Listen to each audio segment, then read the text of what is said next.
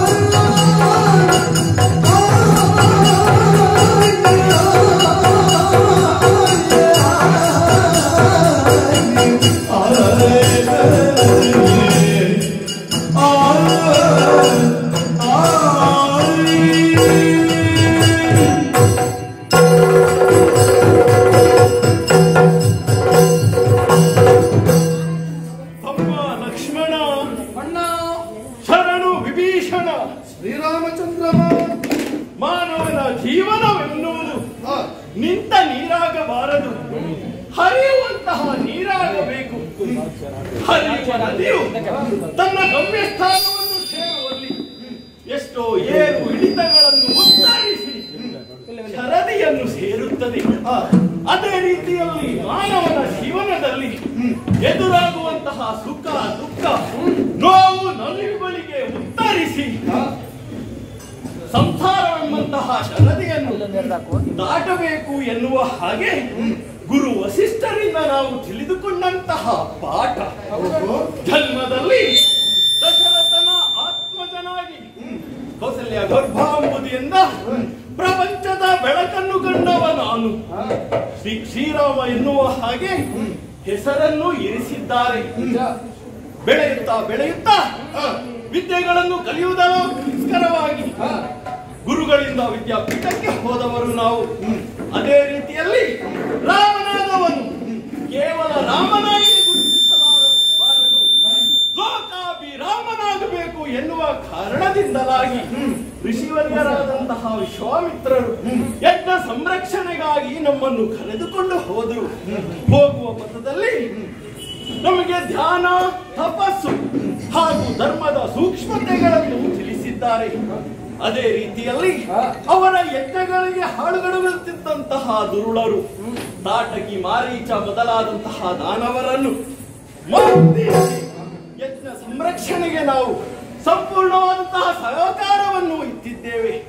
ಆ ಬಳಿಕವಾಗಿ ಪುರವನ್ನು ಪ್ರವೇಶಿಸಿದಂತಹ ನಾವು ಇನ್ನೇನು ಅಯೋಧ್ಯೆಯ ಪಟ್ಟವನ್ನು ರಾಮ ಏರಬೇಕು ಎನ್ನುವಷ್ಟರಲ್ಲಿ ಮಾತೆ ಕೈಕೇಯಿಯ ಮಾತಿಗೋಸುಗ ಪಿತೃವಾಕ್ಯ ಪರಿಪಾಲನೆಗಾಗಿ ಸತಿ ಸೋದರನೊಂದಿಗೆ ವನವಾಸಕ್ಕೆ ಹೋಗಬೇಕಾದಂತಹ ಪ್ರಮೇಯ ನನಗೆ ಒದಗಿ ಬಂತು. ಪಂಚವಟಿಯಲ್ಲಿ ನಾವಿರುತ್ತಾ ಶೂರ್ಪನಖ ಪ್ರಕರಣವು ನಡೆದು ಹೋಯಿತು. ಮಾಲಿನಿಗೆ ಅನುಚಿತವಾಗಿ ವರ್ತಿಸಿದಂತಹ ಕಾರಣಕ್ಕಾಗಿ ನಾಸಚ್ಛೇದವನ್ನು ಮಾಡಬೇಕಾಯಿತು.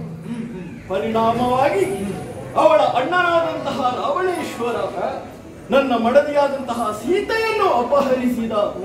ಸೀತಾನ್ವೇಷಣೆಗಾಗಿ ದಕ್ಷಿಣಾಭಿಮುಖವಾಗಿ ಹೊರಟಂತಹ ನಾವು ಭಕ್ತ ಶ್ರೇಷ್ಠನಾದಂತಹ ಹನುಮಂತನ ಮುಖೇನವಾಗಿ ಋಷಿಮುಖ್ಯ ಪರ್ವತದಲ್ಲಿದ್ದಂತಹ ಸುಗ್ರೀವನ ಸಖ್ಯ ನಮಗಾಯಿತು.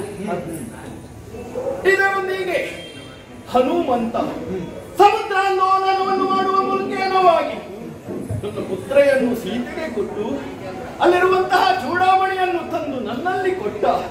ತನ್ಮೂಲಕವಾಗಿ ಸೀತೆಯ ಸೂಚನೆ ನಮಗೆ ಸಿಕ್ಕಿತು. ಸೀತೆ ಎಲ್ಲಿ ಇದ್ದಾಳೆ ಎನ್ನುವಂತಹ ವಿಚಾರವನ್ನು ನಾವು ತಿಳಿದುಕೊಂಡೆವು.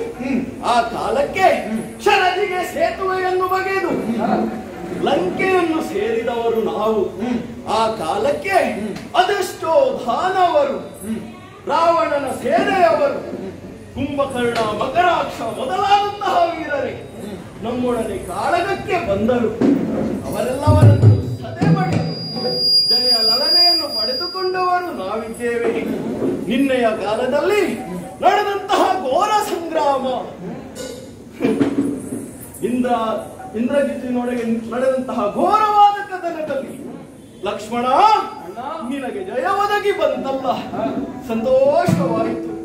ಲಕ್ಷ್ಮಣ ಅಣ್ಣ, ನೀನು ನನಗೆ ನರಳಾಗಿ ಬಂದೆ, ಇಂದ್ರಜಿತುವನ್ನು ಕೊಂದೆ. ನಿನ್ನನ್ನು ತಮ್ಮನಾಗಿ ಪಡೆದಂತಹ ನಾನೇ ಧನ್ಯ ಧನ್ಯ ಧನ್ಯ. ಅಮ್ಮ, ಇದೆಲ್ಲವೂ ನಡೆದಂತಹ ಕಾರ್ಯಗಳು ಕೂಡ ನಿನ್ನ ಆಶೀರ್ವಾದದಿಂದ ಆದದ್ದೇ ಹೊರತು ನಮ್ಮ ಹೆಚ್ಚುಗಾರಿಕೆ ಏನೂ ಇದರಲ್ಲಿಲ್ಲ. ನಮ್ಮನ್ನು ಹೊಗಳಿ ಸುಮ್ಮನೆ ಅರ್ಥಕ್ಕೆ ಏರಿಸುತ್ತಿರುವೆ. ಇಲ್ಲ ಲಕ್ಷ್ಮಣ, ನಿನ್ನ ಸಾಹಸ ಮಾತ್ರವಲ್ಲ, ನಮ್ಮೊಂದಿಗಿದ್ದಾರಲ್ಲ ಕಪಿವೀರರು, ಅವರಿಗಿಂತ ಕಷ್ಟ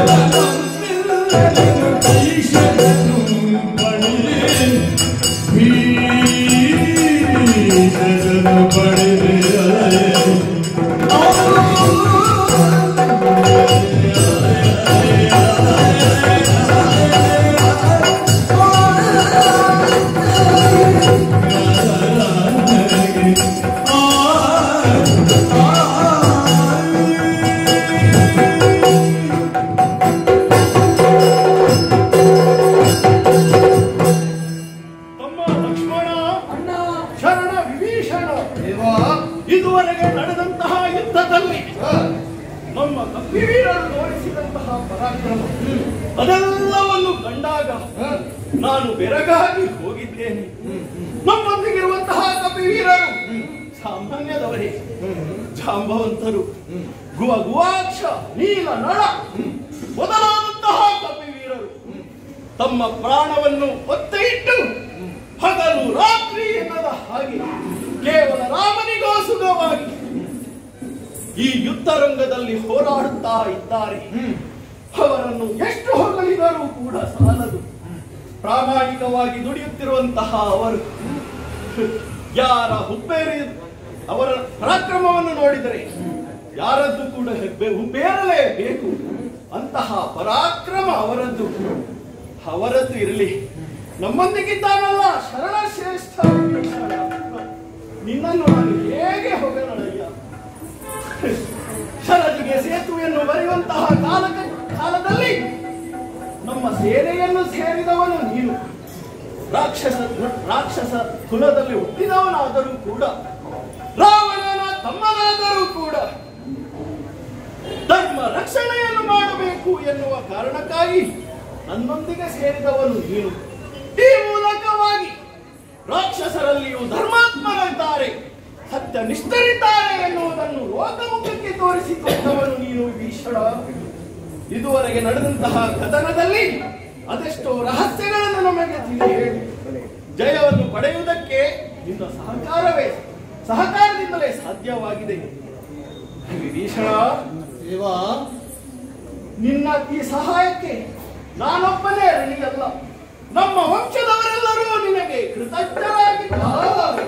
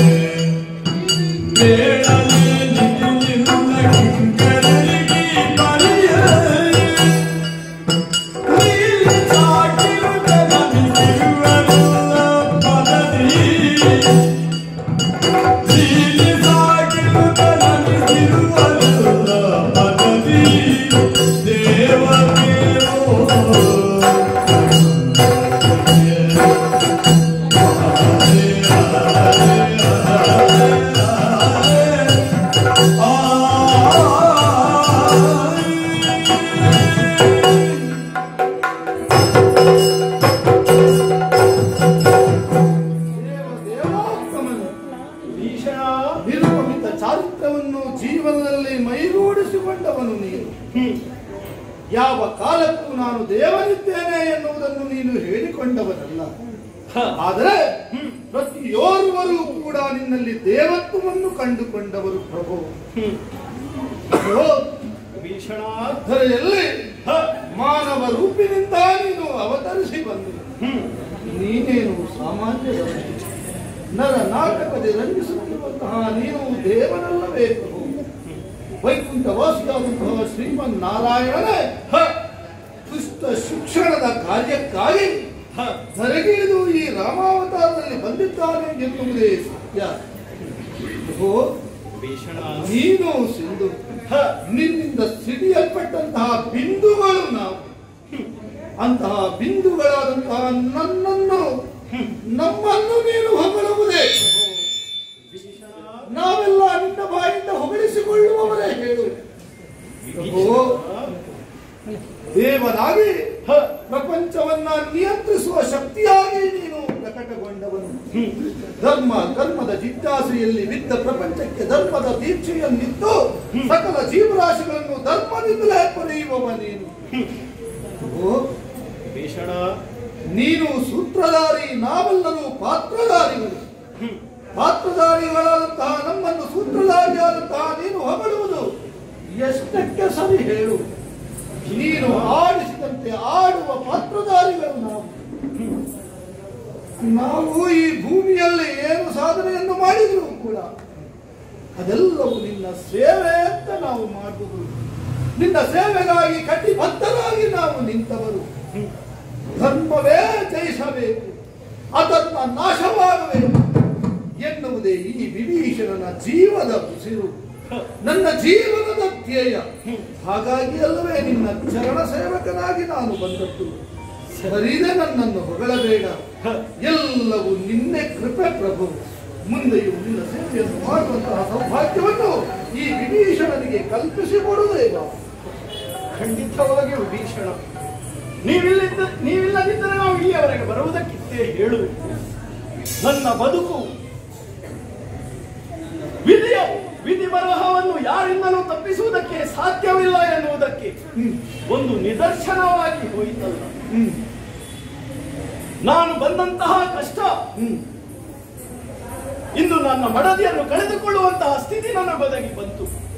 ಅವಳನ್ನು ಮರಳಿ ಪಡೆಯುವಲ್ಲಿ ನನ್ನ ಸೇವಕರಾಗಿ ನೀವೆಲ್ಲರೂ ಬಂದಿದ್ದೀರಿ. ಈ ಕಾಲದಲ್ಲಿ ನಾನು ನಿಮ್ಮನ್ನು ಹೊಗಳದೆ ಏನು ಮಾಡಲಿ ಹೇಳಿ. ಲಲಾಟ, ಲಿಖಿತಾರೇಖ, ಪರಿಮಾಷ್ಟಿಮ್ನ ಶಕ್ಯತೆ ವಿಧಿ ಬರದ ತಂದು ಯಾರಿಂದಲೂ ತಿದ್ದುವುದಕ್ಕೆ ಸಾಧ್ಯವಿಲ್ಲ. ಖಂಡಿತವಾಗಿಯೂ ಇಲ್ಲ. ಹಾಗೆಂದು ವಿಧಿಗೆ ಜನಕ ನೀನು ಎನ್ನುವುದು ತಪ್ಪಲ್ಲವಲ್ಲ. ಪ್ರಪಂಚವನ್ನು ನಿಯಂತ್ರಿಸುವ ಶಕ್ತಿಯಾಗಿ ನಿನ್ನ ನಾಟಕದಲ್ಲಿ ನಮ್ಮನ್ನೆಲ್ಲ ನೀನು ಜೊತೆಗೂಡಿಸಿಕೊಂಡೆಯಷ್ಟೇ. ನಿನ್ನ ನಾಟಕ ಇನ್ನೆಷ್ಟಿದೆಯೋ ನೀನೇ ಬಲಿ. ಭೀಷಣ ಇರಲಿ, ನಾವು ನಡೆದು ಬಂದಂತಹ ದಾರಿಯನ್ನು ಸೂಕ್ಷ್ಮವಾಗಿ ತಿದ್ದುವುದಕ್ಕೋ ತೀಡುವುದಕ್ಕೋ ಒಂದು ಸದಾವಕಾಶವು ಇಂದು ನಮಗೆ ಒದಗಿ ಬಂತು. ನಾವು ಚರ್ಚೆ ಮಾಡಿದೆವು. ಹಾಗೆಂದು ಇದುವರೆಗೆ ಬಂದಂತಹ ದಾನವರೆಲ್ಲರನ್ನು ನಾವು ವಧಿಸಿದ್ದೇವೆ. ಹಾಗೆಂದು ನಾವು ಸುಮ್ಮನಿರುವುದೇ ಇಲ್ಲವೇ? ಮುಂದೊಂದು ದಿನ ಸಮುದ್ರ ರಾಶಿಯ ರೀತಿಯಲ್ಲಿ ದಾನವರು ಮತ್ತೆ ಬರುವುದಕ್ಕುಂಟು.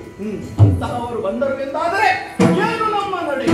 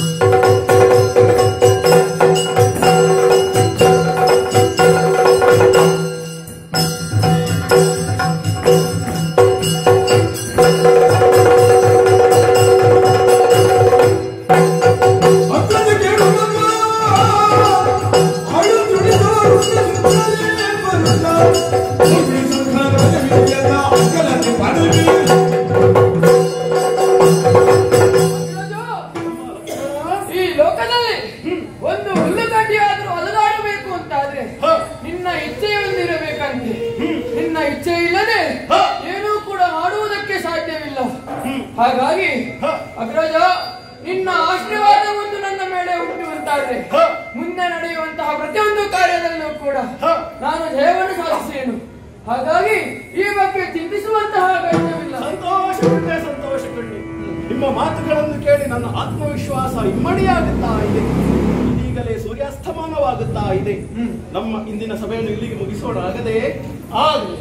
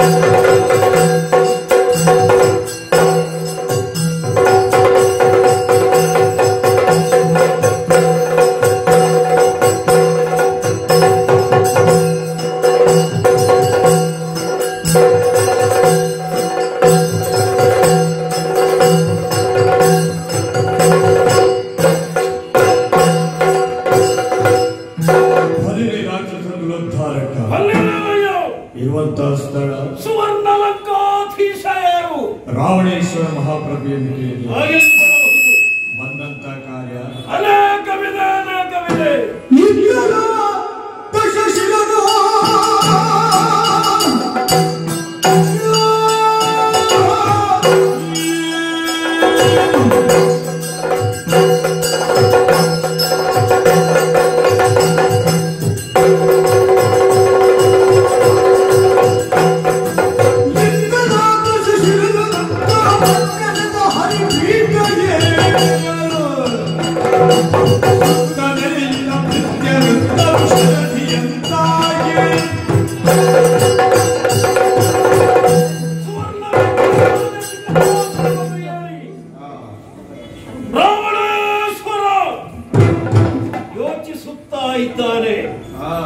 ಚತುರ್ದಶ ಭುವನದಲ್ಲಡಲಾದಂತಹ ಈ ರಾವಣೇಶ್ವರನ ಜೀವನದಲ್ಲಿ ಇಂತಹ ಒಂದು ಹಿನ್ನಡೆಯನ್ನು ಅನುಭವಿಸಬಹುದು ಎನ್ನುವ ಹಾಗೆ ರಾವಣೇಶ್ವರನ ವಿರೋಧಿಗಳಿಗೂ ನಿರೀಕ್ಷಿಸುವುದಕ್ಕೆ ಸಾಧ್ಯವಿಲ್ಲ.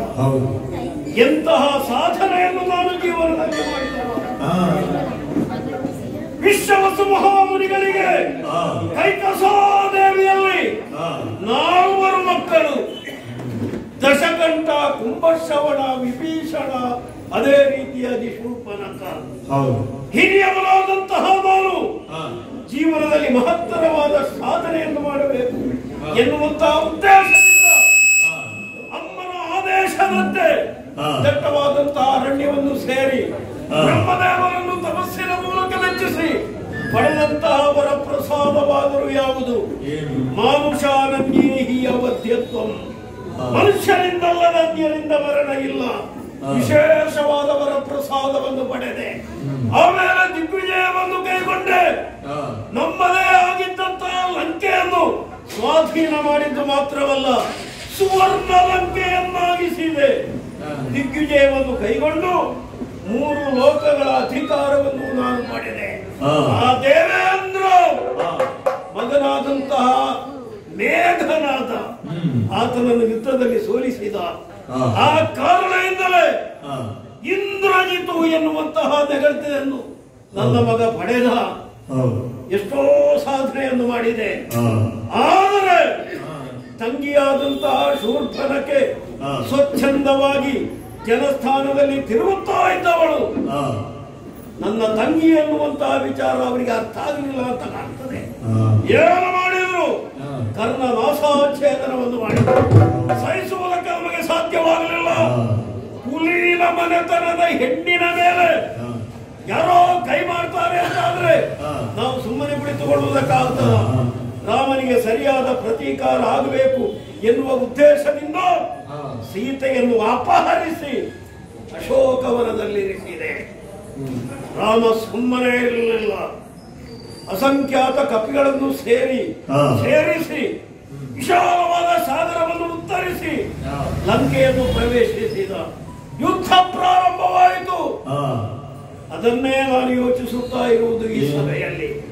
ಇದುವರೆಗೆ ನಡೆದಂತಹ ಯುದ್ಧದಲ್ಲಿ ನಮಗೆ ಸಣ್ಣ ಮಟ್ಟಿನ ಹಿನ್ನಡೆಯೇ ಸರಿ. ಧೃತಿಗೆಡುವವರೇನು ನಾವಲ್ಲ, ಅದೆಲ್ಲ ನಮಗೆ ಲೆಕ್ಕಕ್ಕೆ ಇರುವ ವಿಷಯ ಅಲ್ಲ. ಆದ್ರೆ ಈಗ ನಾನು ಸಂಪೂರ್ಣ ನಿರೀಕ್ಷೆಯಲ್ಲಿ ಇರುವುದು. ಯಾಕೆ ಬಲ್ಲಿರ? ನನ್ನ ಮಗನಾದಂತಹ ಇಂದ್ರಜಿತು ನನ್ನಿಂದ ಅಪ್ಪಣೆಯನ್ನು ಪಡೆದು ರಣಕ್ಷೇತ್ರಕ್ಕೆ ಹೋಗಿದ್ದಾರೆ. ಮಕ್ಕಳು ಕೆಲವರಿದ್ದಾರೆ, ನನಗೆ ಮಾಡಿದು ಹೋಗಿದ್ದಾರೆ. ಅವರ ಬಗ್ಗೆ ನಮಗೆ ನಿರೀಕ್ಷೆ ಇರಲಿಲ್ಲ. ನಮಗೆ ಜೀವನದಲ್ಲಿ ನಿರೀಕ್ಷೆ ಇರುವುದು ಆತನ ಮೇಲೆ ಮಾತ್ರ. ಇಂದ್ರಜಿತು ಭವಿಷ್ಯದ ಲಂಕಾ ಸಾಮ್ರಾಜ್ಯದ ಚಕ್ರವರ್ತಿಯಾಗುವ ಯೋಗ್ಯತೆ ಇರುವವ ಆತ ರಣಕ್ಷೇತ್ರಕ್ಕೆ ಹೋಗಿದ್ದಾನೆ ಅಂತ ಆದ್ರೆ ಆದಷ್ಟು ಬೇಗ ಶುಭ ವರ್ತಮಾನ ನಮಗೆ ಬರಬಹುದು ಎನ್ನುವ ನಿರೀಕ್ಷೆ.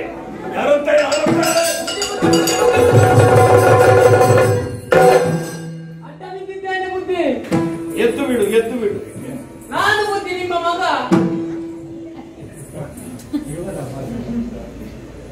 ನಿಮ್ಮಲ್ಲಿ ಹೇಳಿದೆ ಎಷ್ಟೋ ಮಂದಿ ಮಕ್ಕಳಿದ್ದಾರೆ. ಹೇಳಿ ಹೆಚ್ಚು ಹೊತ್ತಾಗಲಿಲ್ಲ, ಸ್ಥಾಪಿಸುವುದಕ್ಕೆ ಬಂದಿದ್ದಾರೆ. ಹಾಗಲ್ಲ ಬುದ್ಧಿ, ನೀನು ಏನು ಹೇಳಿದ್ರು ನಿನಗೆ ಪಾಲು ಸಿಗಿದೆ. ಬುದ್ಧಿ ಹಾಗಲ್ಲ. ನಾನು ಮತ್ತು ನಿಮ್ಮ ಮಗ ಉತ್ತರಂಗಕ್ಕೆ ಹೋದದ್ದು. ಮಗನಾದಂತ ಇಂದ್ರಜಿತುವಿನೊಂದಿಗೆ ರಣಕ್ಷೇತ್ರಕ್ಕೆ ಹೋದವ ನೀನು. ಹೌದು ಬುದ್ಧಿ. ಸರಿ, ಏನು ವಿಶೇಷ? ಲಾಲಿಸಬೇಕು. ಹೇಳು.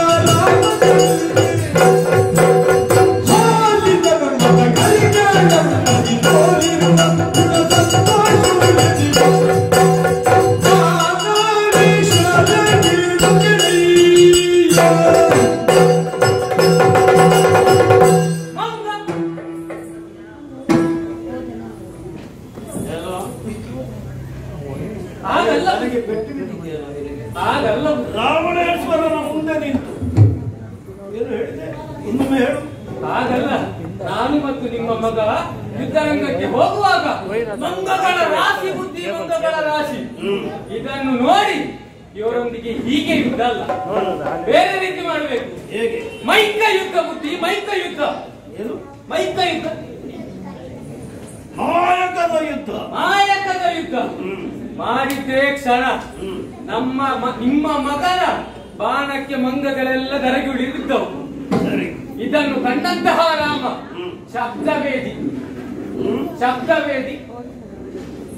ಇದನ್ನು ಪ್ರಯೋಗಿಸಿ ನಿನ್ನ ಆಗದ್ದು ತಿಂಡಿ ಯಾಕೆ ಮತ್ತೆ ಬೇದಿಯಾದದ್ದು ಯಾಕೆ? ಶಬ್ದವೇದಿ ಅದೇ ಬುದ್ಧಿ. ನಿಮ್ಮ ಮಗನನ್ನು ಮೇಲಿಂದ ಕೆಳಗೆ ಮಗ ಕೆಳಗೆ ಆಯಾ ಯುದ್ಧವನ್ನು ಮಾಡುತ್ತಾ ಇದ್ದವನನ್ನ ಮಗ ಶಬ್ದವೇದಿಯ ಪ್ರಯೋಗ. ಹೌದು ಬುದ್ಧಿ. ಯಾರು ಮಾಡಿದ್ದು? ರಾಮ. ಸರಿ, ಮೇಲಿನಿಂದ ಕೆಳಗೆ ಇಳಿದ. ಆಮೇಲೆ ನಿಮ್ಮ ಮಗ ಬಿಡ್ತಾರ. ರಾಮನೊಂದಿಗೆ ಗಾಢಾಗಾಡಿಯಾಗಿ ಯುದ್ಧ ಆಯ್ತು. ಪರಿಣಾಮ ನಿಮ್ಮ ಮಗ ಓಡಿ ಹೋದ. ಮಗ ಕೈ ಸೋತು ಓಡಿ ಹೋದ ಬುದ್ಧಿ. ಕೈ ಸೋತು ಓಡಿ ಹೋದದ್ದನ್ನು ಯುದ್ಧದಲ್ಲಿ ಕೆಲವೆಲ್ಲ ತಂತ್ರಗಳನ್ನು ನಾವು ಅನುಸರಿಸಬೇಕಾಗಿ ಬರ್ತದೆ. ಸ್ವಲ್ಪ ಬಿಡುವು ಮಾಡಿಕೊಂಡ ದೂರ ಹೋದ. ಆಮೇಲೆ ಅಲ್ಲಿಗೆ ಬಂದಲ್ಲ ಬುದ್ಧಿ ಮಂಗ. ದೂರ ಹೋದ್ರು ರಾಮನಿಗೆ ಕೊಲ್ಲುವುದಕ್ಕಾಗ್ಲಿಲ್ಲಲ್ಲ. ಇಲ್ಲ. ಆಮೇಲೆ ಬಂದ ಮಂಗ, ದೊಡ್ಡ ಗಾತ್ರದ ಮಂಗ, ಮರದಿಂದ ಮರಕ್ಕೆ ಹಾರ್ತಾನೆ. ಜಾಂಬವಂತ ಅಲ್ಲ ಬುದ್ಧಿ, ಸುಗ್ರೀವನ ಅಲ್ಲ, ಹನುಮಂತ ಬಂದ. ಅವನೊಂದಿಗೂ ಗಾಢಾಗಾಡಿಯಾಗಿ ಯುದ್ಧ ಆಯ್ತು ಬುದ್ಧಿ. ಸರಿ, ಪರಿಣಾಮ ನಿಮ್ಮ ಮಗ ನಾನು ಹೇಳಿದೆ ಅಲ್ಲ, ಕೆಲವೆಲ್ಲ ತಂತ್ರಗಳಿವೆ. ಹೇಗೆ ಬಲ್ಲಯ್ಯ? ಪ್ರತಿಯೊಬ್ಬರನ್ನು ಪರೀಕ್ಷಿಸಿ ನೋಡುವುದು, ಅವರಲ್ಲಿ ಎಷ್ಟು ಕಸುವು ಇದೆ, ಎಷ್ಟು ಸಾಮರ್ಥ್ಯ ಇದೆ. ಆಮೇಲೆ ಬೇಕಾದ ಬಲವನ್ನು ಸಂಘಟಿಸಿ ಅವರ ನಾಶ. ಹಾಗೆ ನೇರವಾಗಿ ಇನ್ನು ಯುದ್ಧ ಅಲ್ಲ, ನೇರವಾಗಿ ಓಡಿ ಹೋದ್ರು ಕುಂಬಳೆಗೆ. ಅಲ್ಲಿ ನಮ್ಮ ಕುಂಬಳೆ ನಿಗುಂಬಳೆಗೆ ಹೋಗಿ ಮಾರಣಾತ್ಮರ ಯಾಗವನ್ನು ಮಾಡಿದ್ರು. ಆ ಯಾಗದ ಹೋಮಕ್ಕೆ ಕಪಿಗಳೆಲ್ಲ ಮೂರ್ಛೆ ಹೋಗಿ ಇದ್ದವು. ಆ ಕಾಲಕ್ಕೆ ಬಂದ ಅಲ್ಲ ಬುದ್ಧಿ, ನಿಮ್ಮ ತಮ್ಮ. ಏನು ಹೇಳ್ತಾ ಇದ್ದೀರಿ? ಹೌದು, ನಿಮ್ಮ ತಮ್ಮ ಲಕ್ಷ್ಮಣನೊಟ್ಟಿಗೆ ಬಂದ. ಲಕ್ಷ್ಮಣ ಒಂದು ಬಾಣವನ್ನು ಎತ್ತಿದ, ಪ್ರಯೋಗಿಸಿದ್ದೆ ತಡ ನಿಮ್ಮ ಮಗನ ಬುದ್ಧಿಗೆಗೆ. ಹತ್ತಿರ ಹೋಗಿ ನೋಡ್ತೇನೆ ಬುದ್ಧಿ, ನಿಮ್ಮ ಮಗ ನಾಲಿಗೆ ಹೊರಗೆ ಸತ್ತೇ.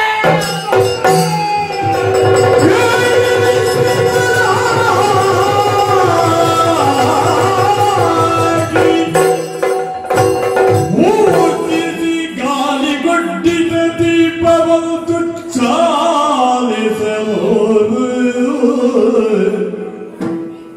ದುಷ್ಕೃತವ ಬೈದರು ಹೊರಳಿ ಬಸವಳಿದು ಬೀಳುವನು ಕುಳಿತ ಪರಿ ಯೋಚಿಪ ಕೂಡತನವನ್ನು ಕಂಡರಾರಿಗೂ ಬಾಳುವೆಯು ಬೇಡುವುದು ಕಾಂಬುದು ಎನಲು ಹಲುಬಿದೆನು ವಿಸ್ಮಿತವಾಗಿ.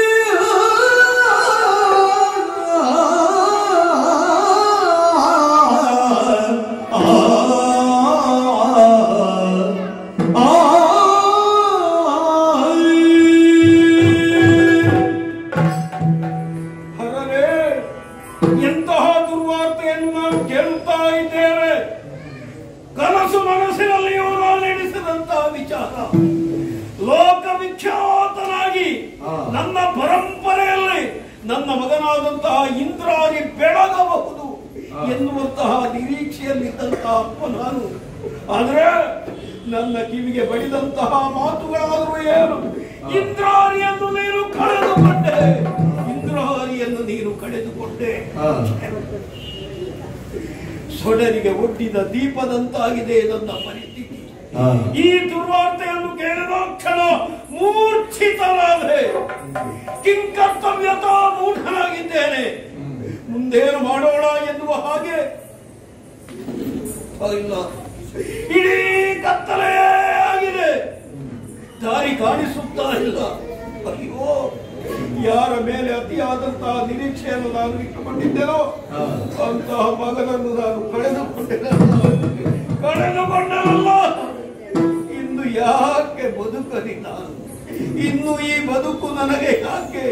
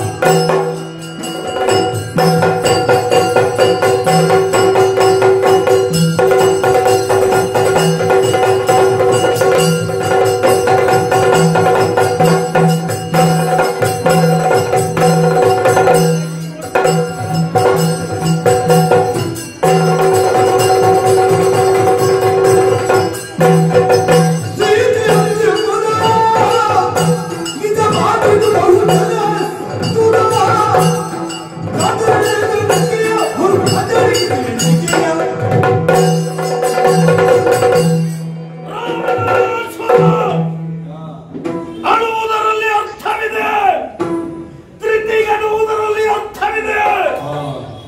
ಇಲ್ಲವೇ ಇಲ್ಲ.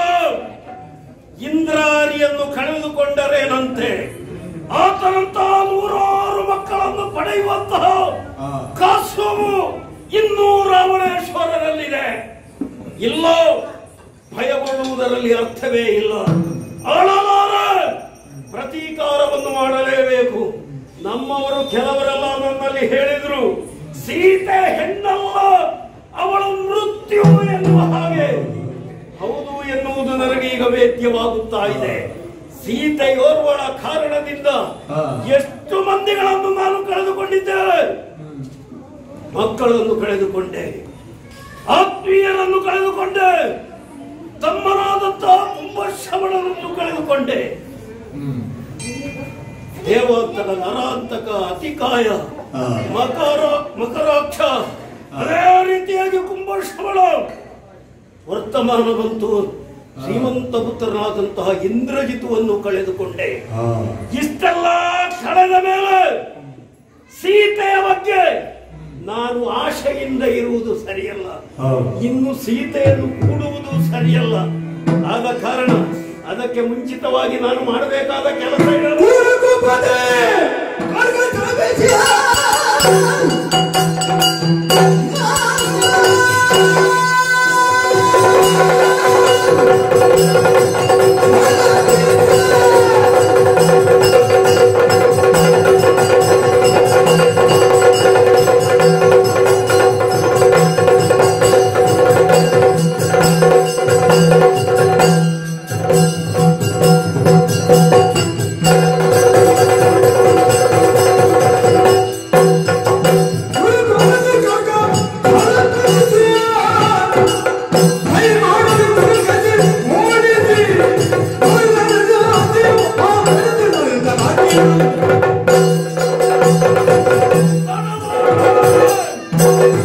ವಿರೋಧಿಗಳನ್ನು ಹಿಮ್ಮೆಟ್ಟಿಸಬೇಕು. ಅದೇ ರೀತಿಯಾಗಿ ಆದಷ್ಟು ಬೇಗನೆ ಸರಿಯಾದಂತಹ ಪ್ರತೀಕಾರವಾಗಬೇಕು. ಸೀತೆಯ ಶಿರಸ್ಸನ್ನು ನಾನು ಛೇದಿಸಿದೆ ಎಂದಾದರೆ ಪ್ರತೀಕಾರವಾದ ಹಾಗೆ ಹಿಮ್ಮೆಟ್ಟುವುದಕ್ಕೂ ಸಾಧ್ಯತೆ ಇದೆ. ಆತ್ಮಸ್ಥೈರ್ಯ ಎನ್ನುವುದು ವಿರೋಧಿಗಳಲ್ಲಿ ನಾಶವಾಗುವುದಕ್ಕೆ ಸಾಧ್ಯ. ಹಾಗಿದ್ದರೆ ತಡ ಮಾಡುವುದಲ್ಲ, ಈ ಕ್ಷಣವೇ ಅಶೋಕ ವನವನ್ನು ಸೇರಿ ಸೀತೆಯ ಶಿರಸ್ಸನ್ನು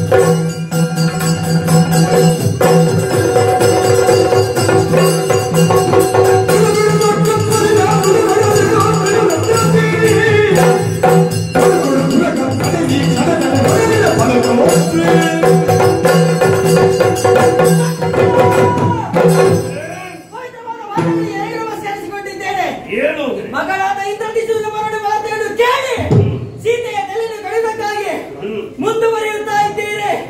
ಇದು ಸಲ್ಲದು ಸಲ್ಲದು. ನಮಗೆ ಹಾಗೆ ಯಾರು ಆ ರಾಮ ದೊಡ್ಡಪ್ಪ ಯುದ್ಧ ರಂಗಕ್ಕೆ ಹೋಗುತ್ತೇನೆ. ರಾಮನನ್ನು ಸೋಲಿಸಿ ನಾನು ಹೊತ್ತು ಬರುತ್ತೇನೆ. ಬನ್ನಿ ಅಪ್ಪಣೆ. ಮಗನೇ, ರಾಮ ಲಕ್ಷ್ಮಣರು ಮಾತ್ರವಲ್ಲ ಮಗನೇ, ಮತ್ತೆ ಸುಗ್ರೀವಾದಿ ಕಪಿಗಳು ವಿರೋಧಿ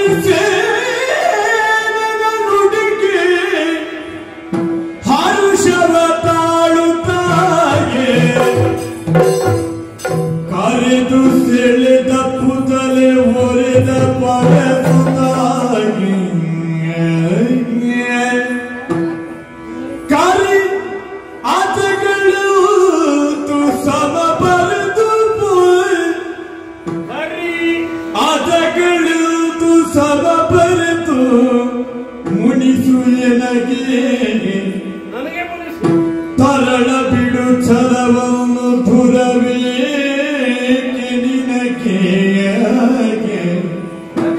ತರಳ ಬಿಡು ಛಲವ ಧುರವೇ ನಿನಗೆ ತರಳ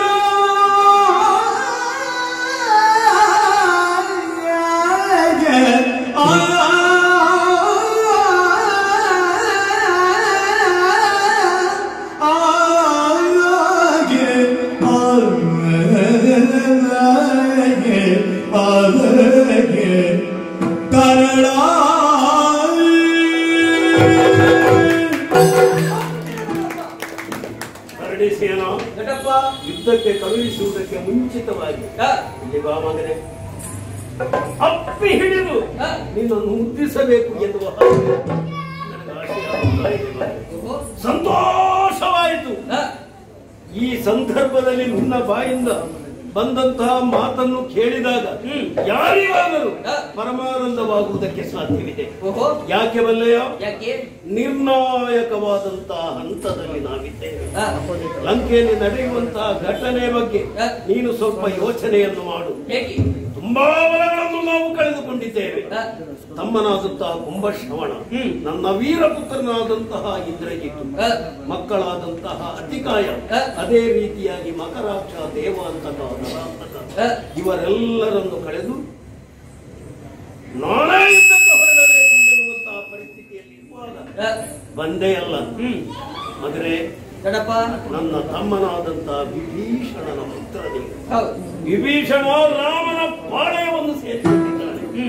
ಇಂತಹ ಒಂದು ಸಂದರ್ಭದಲ್ಲಿ ದೊಡ್ಡಪ್ಪನಾದಂತಹ ನನ್ನ ಸನಿಹಕ್ಕೆ ಬಂದು ನಾನು ಯುದ್ಧಕ್ಕೆ ಹೋಗ್ತೇನೆ, ಎಳೆಯ ಪ್ರಾಯದ ಕಿರು ಬಾಲಕನಾದಂತಹ ನಿನ್ನ ಬಾಯಿಂದ ಇಂಥ ಮಾತು ಬಂದ್ರೆ ನನಗೆಷ್ಟು ಸಂತೋಷ ಆಗಲಿಕ್ಕಿಲ್ಲ. ಆದ್ರೆ ಮಗನೇ, ನಿನ್ನೊಂದು ಯುದ್ಧಕ್ಕೆ ಕಳುಹಿಸುವ ಹಾಗಿಲ್ಲ. ಮತ್ತೆ ಕರಿ ಅಜಕ್ಕೆ ಸಮಬಹುದೇ. ಅರ್ಥ ಆಯ್ತಲ್ಲ ನಿನಗೆ? ಆನೆಗೂ ಆನೆಗೂ ನಾವು ಹೋಲಿಕೆಯನ್ನು ಮಾಡುವುದಕ್ಕೆ ಸಾಧ್ಯ ಇಲ್ಲ. ಉಂಟಲ್ಲ ಅಜಗಜ ವ್ಯತ್ಯಾಸ. ನೀನು ಅಜದ ಹಾಗೆ, ನಾವೆಲ್ಲರೂ ಗಜಗಳ ಹಾಗೆ.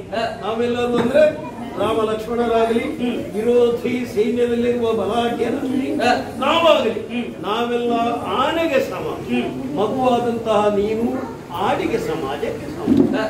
ಆದ ಕಾರಣ ನಿನ್ನನ್ನು ರಣಕ್ಷೇತ್ರಕ್ಕೆ ಕಳುಹಿಸುವುದಕ್ಕೆ ನಾನು ಸಿದ್ಧನಿಲ್ಲ ಮಗನೇ, ಮನಸ್ಸಿಲ್ಲ ನನಗೆ. ನೀನು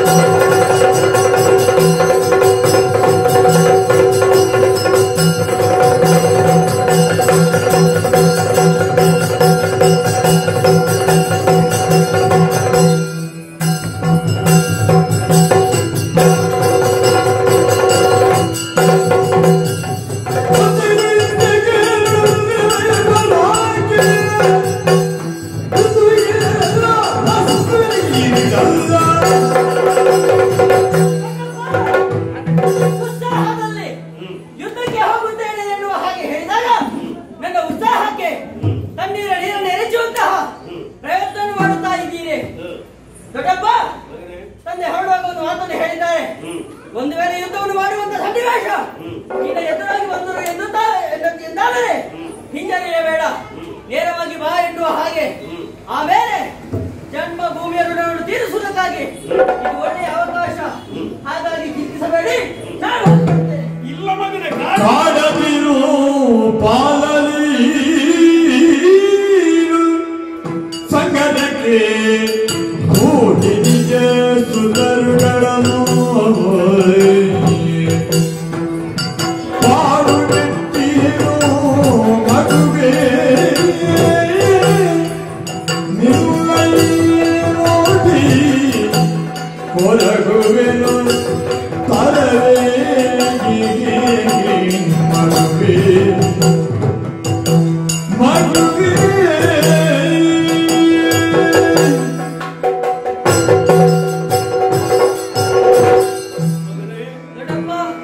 ಮತ್ತು ನನ್ನನ್ನು ಕಾಡುತ್ತಾ ಇದ್ದೀನಿ. ಹೋಗ್ತೇನೆ, ರಣಕ್ಷೇತ್ರಕ್ಕೆ ಹೋಗ್ತೇನೆ ಎನ್ನುವ ಹಾಗೆ ಯಾವ ಕಾರಣಕ್ಕೂ ನಿನ್ನನ್ನು ಕಳುಹಿಸುವುದಕ್ಕೆ ಸಾಧ್ಯ ಇಲ್ಲ ಮಗನೇ. ಯಾಕೆ? ಅದೆಷ್ಟೋ ಮಂದಿ ಬಲಾಢ್ಯರನ್ನು ನಾನು ಕಳೆದುಕೊಂಡಿದ್ದೇನೆ. ಇಂತಹ ಸಂದರ್ಭದಲ್ಲಿ ನಿನ್ನನ್ನು ನಾನು ಯುದ್ಧಕ್ಕೆ ಕಳುಹಿಸಿದೆ ಎಂದಾದರೆ ನಾಳೆ ದಿನ ಪ್ರಪಂಚ ಏನು ಹೇಳುವುದಕ್ಕೆ ಸಾಧ್ಯ? ಹೇಗೆ? ರಾವಣನಂತೂ ಆ ಬಾಲಕನನ್ನು ಬಲಿಕೊಟ್ಟ, ಹೀಗೆ ಹೇಳುವುದಕ್ಕೆ ಸಾಧ್ಯ. ಅಷ್ಟು ಮಾತ್ರವಲ್ಲ, ತಮ್ಮನಾದಂತಹ ವಿಭೀಷಣ ಅಂದ್ರೆ ನಿನ್ನ ತಂದೆ ವಿರೋಧಿ ಸೈನ್ಯವನ್ನು ಸೇರಿಕೊಂಡಿದ್ದಾನೆ.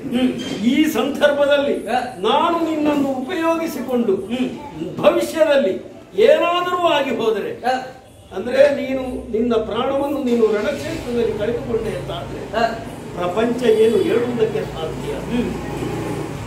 ವಿಭೀಷಣನನ್ನು ಕಳೆದುಕೊಂಡ ಆ ವೈರದಲ್ಲಿ ವಿಭೀಷಣನ ಮಗನನ್ನು ರಣಕ್ಷೇತ್ರಕ್ಕೆ ದೂಡಿದ, ರಾವಣೇಶ್ವರ ಕೊಂದ, ಈ ರೀತಿಯಾಗಿ ಹೇಳುವುದಕ್ಕೆ ಸಾಧ್ಯ. ಅಷ್ಟು ಮಾತ್ರವಲ್ಲ, ನಮ್ಮ ತತ್ವ ಬೇರೆ ಬೇರೆ ಆದರೂ ಆತ ನನ್ನ ತಮ್ಮ. ಆ ತಮ್ಮನ ಮಗನ ಭವಿಷ್ಯತ್ತನ್ನು ನಿರ್ಮಿಸಬೇಕಾದುದು ಆತನ ಅಣ್ಣನಾಗಿ ನನ್ನ ಕರ್ತವ್ಯ. ನೀನಿನ್ನು ಚಿಕ್ಕ ಹುಡುಗ, ರಣಕ್ಷೇತ್ರಕ್ಕೆ ಕಳುಹಿಸಿ ನಿನ್ನನ್ನು ಕಳೆದುಕೊಳ್ಳುವುದಕ್ಕೆ ನಾನು ಸಿದ್ಧನಿಲ್ಲ.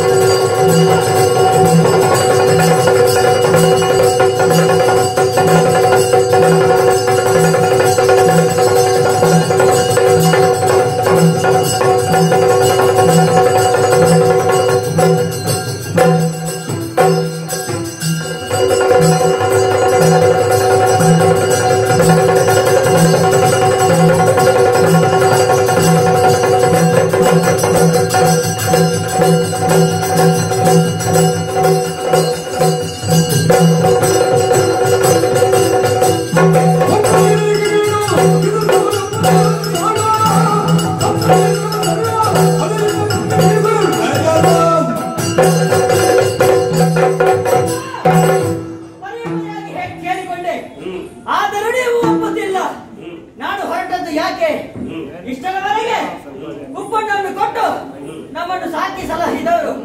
ಹಾಗಾಗಿ ತಿಂದಾಟದ ಋಣವನ್ನು ತೀರಿಸಬೇಕಾಗಿ ಇದೊಂದು ಒಳ್ಳೆಯ ಅವಕಾಶ. ಆದ್ದರಿಂದ ಚಿಂತಿಸಬೇಡಿ, ನೇರವಾಗಿ ಹೋಗುತ್ತೇನೆ. ರಾವಣನ ಯುದ್ಧದ ಮೂಲಕ ನಾನು ಬರ್ತೇನೆ. ಕೊಡಿ ಬಾದಲಿಲ್ಲಯ ದಿಟಕಿ ಮೆಚ್ಚಿದೆ, ಬಾದಲಿಲ್ಲಯ ದಿಟಕಿ ಮೆಚ್ಚಿದೆ,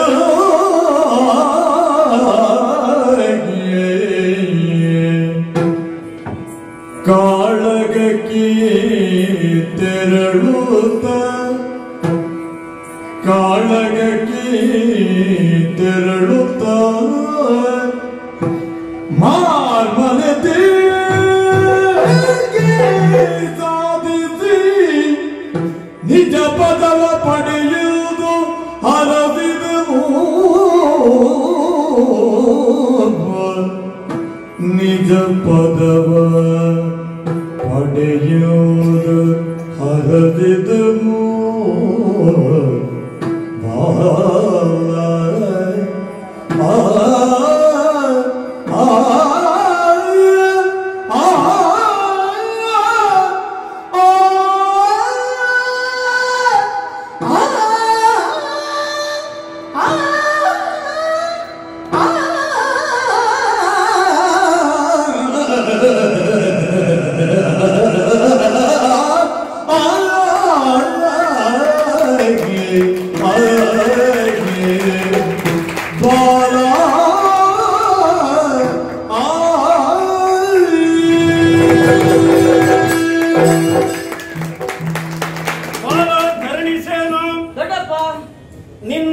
ಇನ್ನು ನಿನ್ನ ಉತ್ಸಾಹಕ್ಕೆ ನಾನು ತಣ್ಣೀರನ್ನು ಎರಚುವುದರಲ್ಲಿ ಆಗುತ್ತಿಲ್ಲ. ರಣಕ್ಷೇತ್ರಕ್ಕೆ ಹೋಗಲೇಬೇಕು ಎನ್ನುವಂತ ಹಠವನ್ನು ನೀನು ಮಾಡುತ್ತಾ ಇದ್ದೀನಿ. ಯಾರೇ ಆಗಲಿ ಬಳಿಗೆ ಬಂದು ನನಗೆ ವಿಪರೀತ ಹಸಿವೆಯಾಗುತ್ತಾ ಇದೆ, ಆಹಾರವನ್ನು ಬಡಿಸಿ ಎಂದು ಕೇಳಿದ ಕ್ಷಣ ಆಗುವುದಿಲ್ಲ ಆಗುವುದಿಲ್ಲ ಅಂತ ಹೇಳಿದ್ರೆ ಎಂತಹ ಪಾಪ ಬರುವುದಕ್ಕೆ ಸಾಧ್ಯ. ಅದೇ ರೀತಿ ಮಗನೇ, ರಣಕ್ಷೇತ್ರಕ್ಕೆ ಹೋಗಬೇಕು ಎನ್ನುವಂತ ಆಕಾಂಕ್ಷೆಯುಳ್ಳ ನಿನ್ನನ್ನು ನಾನು ತಡೆದೆ ಎಂದಾದರೆ ನಾನು ಪಾಪಿಷ್ಠನಾಗುವುದಕ್ಕೆ ಸಾಧ್ಯ.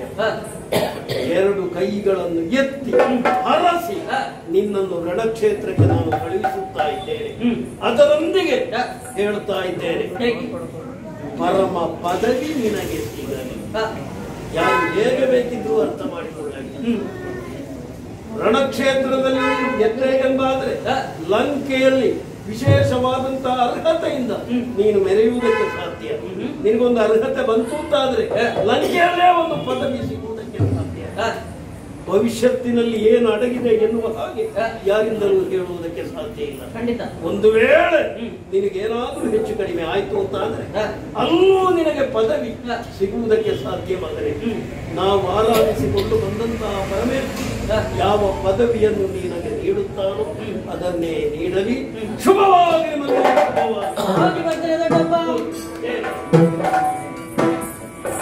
ದೊಡ್ಡಪ್ಪನಿಂದ ಆಶೀರ್ವಾದವನ್ನು ಪಡೆದಿದ್ದೇನೆ. ಯುದ್ಧ ಕ್ಷೇತ್ರಕ್ಕಾಗಿ ನಾನು ಹೊರಡಬೇಕು. ಯುದ್ಧವನ್ನು ಮಾಡುವುದು ಯಾರೊಡನೆ? ಪ್ರಭು ಶ್ರೀರಾಮಚಂದ್ರನೊಡನೆ. ಹಾಗಾಗಿ ದೇಹ ಬಲ ಹೊಂದಿದ್ದರೆ ಸಾಕಾಗುವುದಿಲ್ಲ, ದೈವ ಬಲ ಬೇಕೇ ಬೇಕು. ನಾನು ಒಬ್ಬರಲ್ಲಿ ಹೇಳಬೇಕು. ಯಾರಲ್ಲಿ ಗೊತ್ತೇ?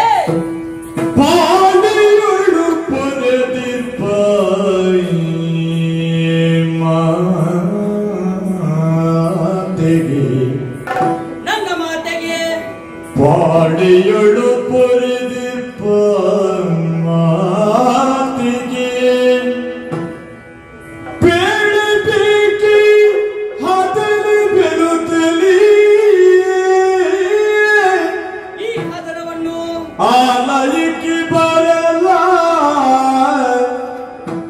ಆಲಯಕ್ಕೆ ಬರಲ್ಲ, ಆಲಯಕ್ಕೆ ಬರಲ್ಲ ಸರಮಿ ಕಾಡುತ್ತಾಯಿ.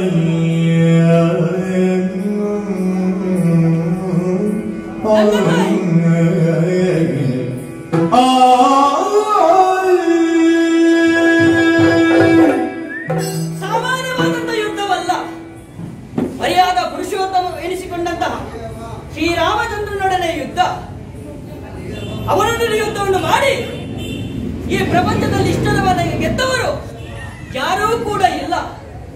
ಹಾಗಾಗಿ ನಾನು ಗೆಲ್ಲುತ್ತೇನೆ ಎನ್ನುವಂತ ವಿಶ್ವಾಸ ಅದಲ್ಲ. ಜೊತೆಗೆ ಅವಳೊಂದಿಗೆ ಯುದ್ಧವನ್ನು ಮಾಡುವುದಕ್ಕೋಸ್ಕರವಾಗಿ ದೇಹ ಬಲ ಹೊಂದಿದ್ದರೆ ಸಾಕಾಗುವುದಿಲ್ಲ, ಬದಲಾಗಿ ದೈವ ಬಲ ಬೇಕು. ಅದರಲ್ಲೂ ಹಿರಿಯರಾದಂತ ನನ್ನಮ್ಮ ಸರಮಾದೇವಿ ಆಶೀರ್ವಾದ ನನಗೆ ಬೇಕೇ ಬೇಕು. ಒಂದು ವೇಳೆ ಅವರ ಬಳಿ ಈ ವಿಚಾರವನ್ನು ತಿಳಿಸದ ನಾನು ಯುದ್ಧರಂಗಕ್ಕೆ ಹೋದರೆ ಅಂತಾದ್ರೆ ಕಣ್ಣೀರು ಸುರಿಸಿಯಾರು. ಆ ಕಣ್ಣೀರೇ ನನಗೆ ಶಾಪವಾಗಿ ಪರಿಣಮಿಸಿತ್ತು. ಹಾಗಾಗ ಕೂಡದು. ನಡೆದಂತ ವಿಚಾರವನ್ನು ಎಲ್ಲವನ್ನು ನಾನು ತಾಯಿಯ ಬಳಿ ಹೇಳಬೇಕು. ತಾಯಿಯಿಂದ ಪ್ರೀತಿಯಿಂದ ಆಶೀರ್ವಾದವನ್ನು ಪಡೆಯಬೇಕು. ಹಾಗಾಗಿ ತಡ ಮಾಡುವುದಿಲ್ಲ, ನೇರವಾಗಿ ತಾಯಿಯ ಬಳಿ ಹೋಗ್ತೇನೆ.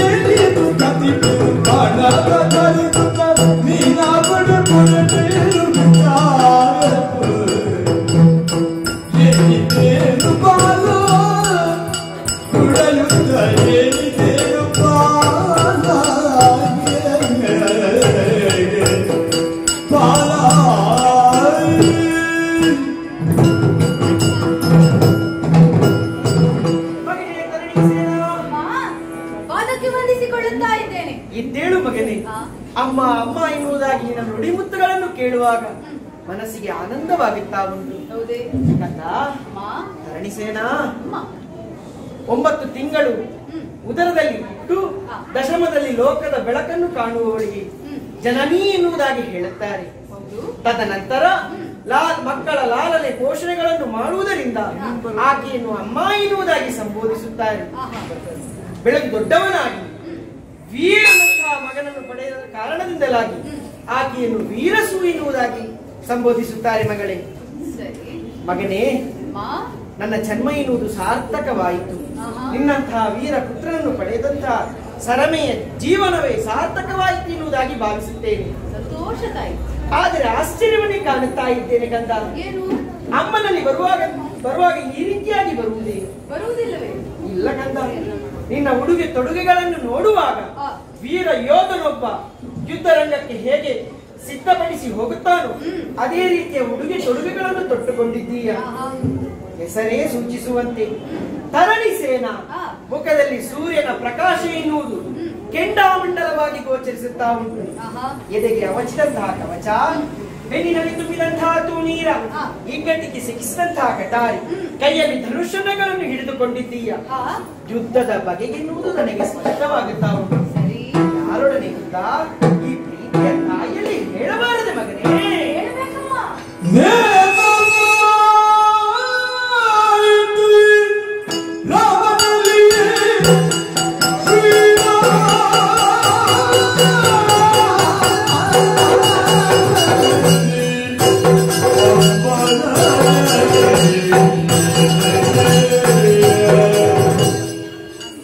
ಅಮ್ಮ ಅಮ್ಮ ಅಮ್ಮ Yeah.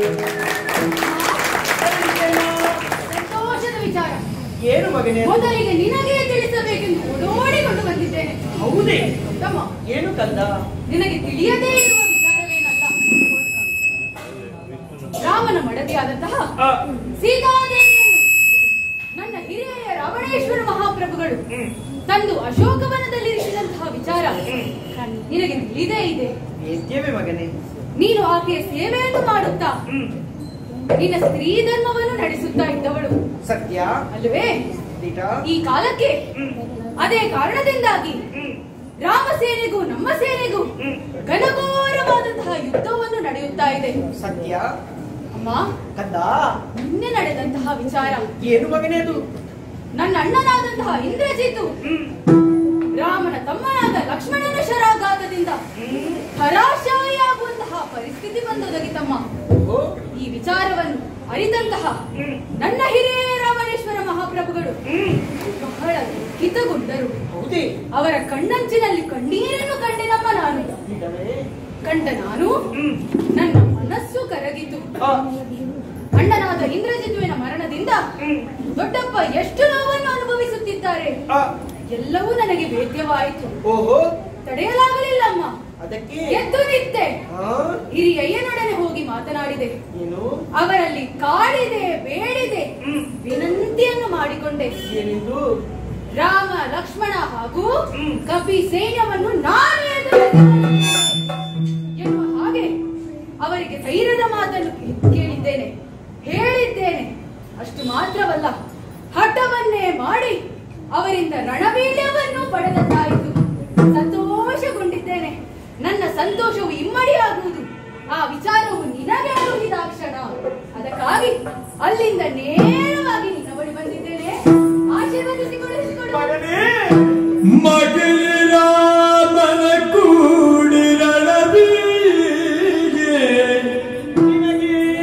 ಕೇಳು ವಿಗಡ ವಿಕ್ರಮಿಯಾದ ನುಡಲಿರುತ್ತರವೇ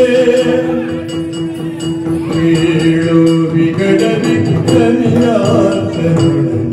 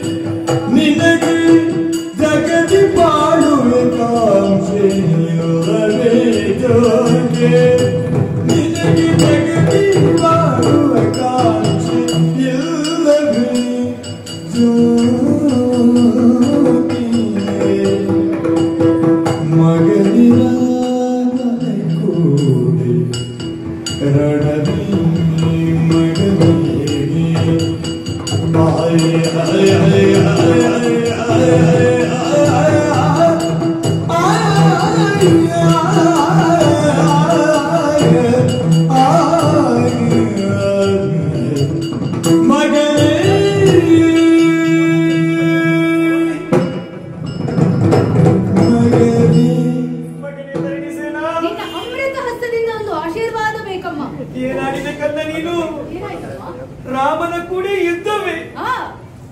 ಈ ಮಾತುಗಳನ್ನು ಕೇಳುವುದಕ್ಕಿಂತ ಮುಂಚಿತವಾಗಿ ನನ್ನ ಶ್ರವಣ ಶಕ್ತಿಗಳು ಕಳೆದು ಹೋಗಬಾರದಿತ್ತೆ. ಮಗನೇ, ನೀರಿನಲ್ಲಿ ಬಿದ್ದಂತಹ ಇರುವೆ ಆದ್ರೂ ಕೂಡ ಈಜಾಡಿ ದಡವನ್ನು ಸೇರುತ್ತದೆ ಅಂತೆ. ಯಾಕೆ ತನ್ನ ಪ್ರಾಣವನ್ನು ನಾನು ಉಳಿಸುತ್ತೇನೆ ಎನ್ನುವುದಾಗಿ ಹಾಸಿಗೆ ಹಿಡಿದಂತಹ ವೃದ್ಧನಾಗಲಿ ವೃದ್ಧಿಯಾಗಲಿ ಮತ್ತಷ್ಟು ಸಮಯ ನಾನು ಬದುಕಬೇಕೆನ್ನುವುದಾಗಿ ಹಂಬಲಿಸುತ್ತಾರಂತೆ. ಪ್ರಾಣದ ಭೀತಿ ಮಗನಿಗೆ.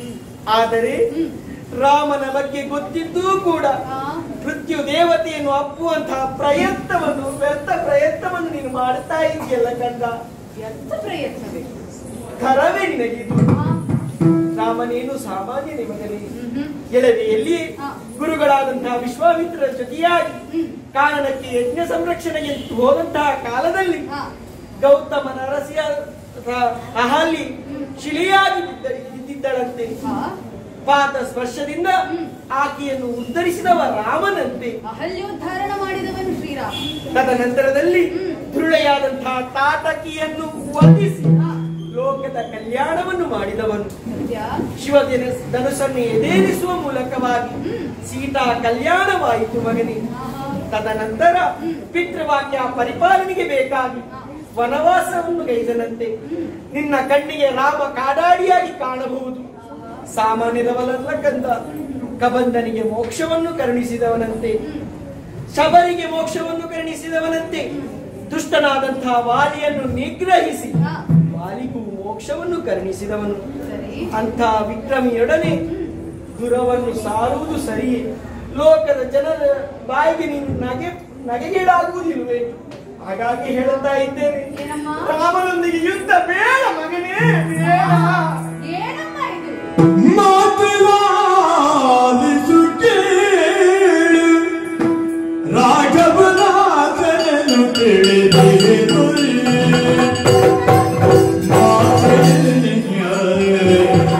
ಮಾತನಾಡಿಸು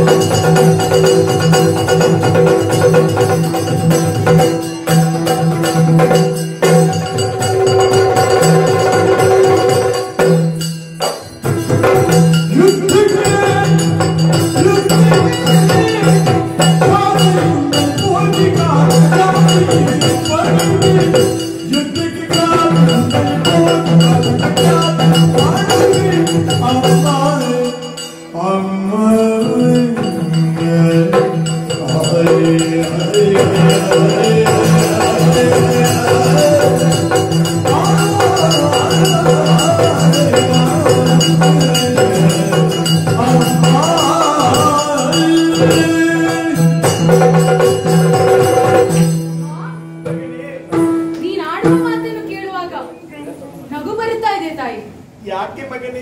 ನಾನು ಈ ಮಾತನ್ನು ಆಡಿದ ಕ್ಷಣ ಸಂತೋಷದಿಂದ ನೆಗೆಯಾಡುತ್ತಾ ನನ್ನನ್ನು ಕಳುಹಿಸಿಕೊಡುತ್ತಿ ಅಂತ ಭಾವಿಸಿದರೆ ಅಳುವುದಕ್ಕೆ ಪ್ರಾರಂಭಿಸಿದಿ. ಸತ್ಯ ಮಗನೇ. ಆನಂದ ಭಾಷ್ಪವಿರಬೇಕು ಎಂದು ಊಹಿಸಿದೆ ನಾನು. ಆದರೆ ಇದು ಆನಂದದಿಂದಲ್ಲ, ದುಃಖದಿಂದ ಕಣ್ಣೀರನ್ನು ಸುರಿಸುತ್ತಾ ಇದ್ದಿ. ರಾಮನೊಡನೆ ಕಾದಾಡಿ ವ್ಯರ್ಥವಾಗಿ ನಾನು ಹೋರಾಡ್ತಾ ಇದ್ದೇನೆ. ಪ್ರಾಣದ ಭೀತಿ ನನಗಿಲ್ಲ. ಯಾಕೆ ಈ ರೀತಿಯ ಮಾತುಗಳನ್ನು ಆಡುತ್ತಾ ಇದ್ದಿ? ಪರಿಪರಿಯಾಗಿ ಕೇಳಿದೆಯಲ್ಲಮ್ಮ. ಮಾ, ರಾಮನ ಬಗ್ಗೆ ನಾನೇನು ತಿಳಿಯದವನಲ್ಲ.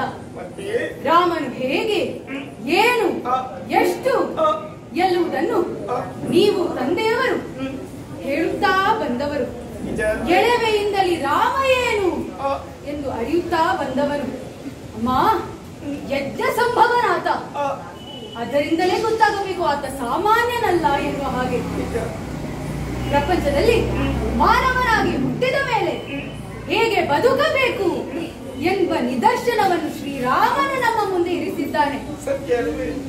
ವಿಶ್ವಾಮಿತ್ರರಲ್ಲಿ ವಿದ್ಯೆಯನ್ನು ಅಭ್ಯಾಸ ಮಾಡಿ ಶಿಷ್ಯ ಧರ್ಮವನ್ನು, ಸೀತಾದೇವಿಯ ಕೈಯನ್ನು ಹಿಡಿದು ಪತಿ ಧರ್ಮವನ್ನು, ಅಷ್ಟು ಮಾತ್ರವಲ್ಲ ತಂದೆಯ ಮಾತನ್ನು ಪರಿಪಾಲಿಸಿ ಪುತ್ರ ಧರ್ಮವನ್ನು, ಅಷ್ಟು ಮಾತ್ರವಲ್ಲ ಲಕ್ಷ್ಮಣನ ಅಗ್ರಜನಾಗಿ ಸುಗ್ರೀವಾದಿ ಕಪಿವೀರರ ಒಡೆಯನಾಗಿ ನಾಯಕತ್ವದ ಗುಣ, ಅಗ್ರಜನ ಹಿರಿಮೆ ಎಲ್ಲವನ್ನು ಈ ಪ್ರಪಂಚಕ್ಕೆ ಕಾಣಿಸಿಕೊಟ್ಟ ಮಹಾತ್ಮನಾಥ. ಮೋಕ್ಷದಾಯಕನಿದ್ದಾನೆ ಶ್ರೀರಾಮಚಂದ್ರ ಎಂಬ ಮಾತನ್ನು ಅಡಿಗಡಿಗೆ ಹೇಳುತ್ತಿದ್ದವಳು ನೀನು. ಅದನ್ನು ಸತ್ಯ ಎಂದು ಭಾವಿಸಿದವನು ನಾನು. ಸತ್ಯ. ರಾಮ ಎಂಬ 2 ಅಕ್ಷರ ಕರ್ಣಕ್ಕೆ ಬಿದ್ದ ಕೂಡಲೇ ಎಂತಹ ಪ್ರಫುಲ್ಲತೆ ಒದಗುವುದು. ಅಮ್ಮ, ಈ ಕಾಲಕ್ಕೆ ನನ್ನ ತಂದೆ ಪುಣ್ಯವಂತರು ಆತರು ಶ್ರೀರಾಮನ ಸೇವೆಯಲ್ಲಿ ನಿರತರಾಗಿದ್ದಾರೆ. ಆ ಭಾಗ್ಯ ನಮಗಿಲ್ಲ. ಆದರೆ ಅಮ್ಮ, ಏನು ಮಗನೇ, ಯುಕ್ತಿಯಿಂದ ಆಗದು ಶಕ್ತಿಯಿಂದ ಪಡೆಯಬೇಕಂತೆ ತನ್ಮೂಲಕವಾಗಿ ಈ ಕಾಲಕ್ಕೆ ಇಳಿದವರಿದ್ದೇನೆ. ರಾಮನ ಬಗ್ಗೆ ಕೇಳುವುದು ಮಾತ್ರವಲ್ಲ, ಆತನನ್ನು ಕಾಣಬೇಕು, ಆತನೊಡನೆ ಹೋರಾಟವನ್ನು ಮಾಡಬೇಕು. ಮಹಾಪರಾಕ್ರಮ ಎಂದೆನಿಸಿದ ಶ್ರೀರಾಮನೊಡನೆ ಹೋರಾಡಿ ಕೀರ್ತಿಯನ್ನು ಪಡೆಯಬೇಕು ಎಂಬ ಆಸೆಯಿಂದ ಹೊರಟವನಿದ್ದೇನೆ. ಅಮ್ಮ, ನನ್ನ ಆಸೆಗೆ ತಣ್ಣೀರನ್ನು ಎರಚದೆ ರಾಮ ಶರಕಿಡೆಯುಲ್ಲ ನಿವಾದಿಸುವುದು ವೈರ್ಯನೋ ಬಾಲಕೆ ರಾಮ ಶರಕಿಡೆಯುಲ್ಲ ನಿವಾದಿಸುವುದು ವೈರ್ಯನೋ ಕಾಣಿಗೆ ತೊರೆದು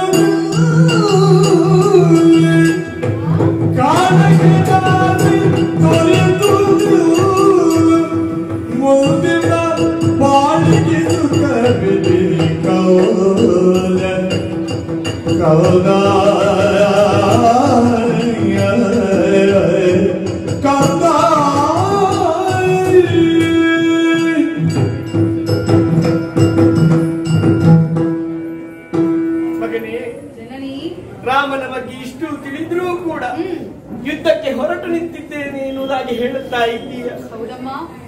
ರಾಮನನ್ನು ಸಾಮಾನ್ಯ ಮಾನವ ಎನ್ನುವುದಾಗಿ ತಿಳಿದೆಯ ಕಂದ? ಖಂಡಿತವಾಗಿಯೂ ಅಲ್ಲ. ದರೆಯ ಧರ್ಮವನ್ನು ರಕ್ಷಿಸುವುದಕ್ಕೆ ಬೇಕಾದ ಶ್ರೀಮನ್ನಾರಾಯಣ ಅಂಶಾವತಾರಿಯಾಗಿ ರಾಮನ ರೂಪದಿಂದ ಈ ಧರೆಗೆ ಬಂದಿದ್ದಾನೆ. ನಿದರ್ಶನಗಳನ್ನು ತೋರಿಸುತ್ತಾ ಇದ್ದಾನೆ ಶ್ರೀರಾಮಚಂದ್ರಮ. ಅದರದಲ್ಲಿ ಅಧರ್ಮವು ಅಧಿಕವಾದಾಗ, ಅಧಿಪನು ಅಧರ್ಮದ ಅಧೀನನಾದಾಗ ಅನುಷ್ಠಾನ ಅನಾಚಾರವಾಗುವುದು ಸಹಜವಲ್ವೇ ಮಗನೇ? ಸಹಜ ತಾಯಿ. ಪ್ರಣವ ಸ್ವರೂಪವಾದಂತಹ ಈ ಪ್ರಪಂಚದಲ್ಲಿ ತನ್ನ ಪ್ರಕಾಮದ ಪ್ರಕರಣದಿಂದ ಪ್ರಕಂಪನವನ್ನೇ ಉಂಟು ಮಾಡಿ ಪಾರ್ಥಿವರ ಪ್ರಕರ್ಷವನ್ನು ಪರಿಹಾಸನಗೊಳಿಸಿ ಸದ್ಗುಲ ಪ್ರಜಾತರ ಪ್ರಕರ್ಷೆಗೆ ಕಾರಣವಂತಹ ದುಷ್ಟರನ್ನು ಶಿಷ್ಟರನ್ನು ಪರಿಪಾಲಿಸುವುದಕ್ಕೆ ಬೇಕಾಗಿ ಧರೆಗಿಳಿದು ಬಂದವರಿದ್ದಾರೆ. ರಾಮನ ಬಾಣಕ್ಕೆ ಯಾರು ಎಣೆಯಿಲ್ಲ ಎನ್ನುವುದಾಗಿ ಹೇಳುತ್ತಾರೆ. ಒಮ್ಮೆ ರಾಮ ಬಾಣವನ್ನು ಪ್ರಯೋಗಿಸಿದರೆ ಆ ಬಾಣ ಮತ್ತೊಮ್ಮೆ ಬತ್ತಳಿಕೆ ಸೇರುವ ಪೂರ್ವದಲ್ಲಿ 14,000 ರಾಕ್ಷಸರನ್ನು ವರ್ಗಿಸಿದ ರಾಮನಂತೆ.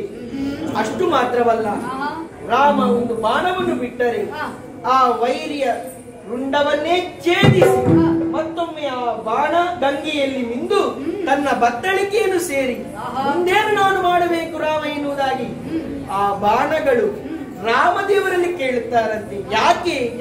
ಆ ಶರಗಳಿಗೆ ಸಜೀವ ಶರಗಳ ಎನ್ನುವುದಾಗಿ ಹೆಸರು. ಮಗನೇ, ಆ ವ್ಯಕ್ತಿತ್ವವುಳ್ಳಂತಹ ರಾಮನಲ್ಲಿ ಹೋರಾಟ ಮಾಡುವುದು ಸರಿಯೇ ಮಗನೇ? ಇನ್ನಲ್ಲಿ ಒಂದು ಮಾತನ್ನು ಹೇಳುತ್ತೆ. ಯುದ್ಧಕ್ಕೆ ನೀನು ಹೋಗುವುದು ಬೇಡ. ಯಾಕೆ ಹೇಳುತ್ತಾ ಇದ್ದೆ? ಎಲ್ಲರಲ್ಲಿ 10 ಹಲವು ಮಕ್ಕಳು ನನಗಿಲ್ಲ ಮಗನೇ. ನನ್ನ ಕೀರ್ತಿಯನ್ನು, ನಮ್ಮ ಕೀರ್ತಿಯನ್ನು ಬೆಳಗಿಸುವುದಕ್ಕೆ ಇದ್ದವ ನೀನು ಒಬ್ಬನೇ ಮಗ. ನಿನ್ನನ್ನು ಕಳೆದುಕೊಳ್ಳುವುದಕ್ಕೆ ನನಗೆ ಮನಸ್ಸಿಲ್ಲ ಮಗನೇ.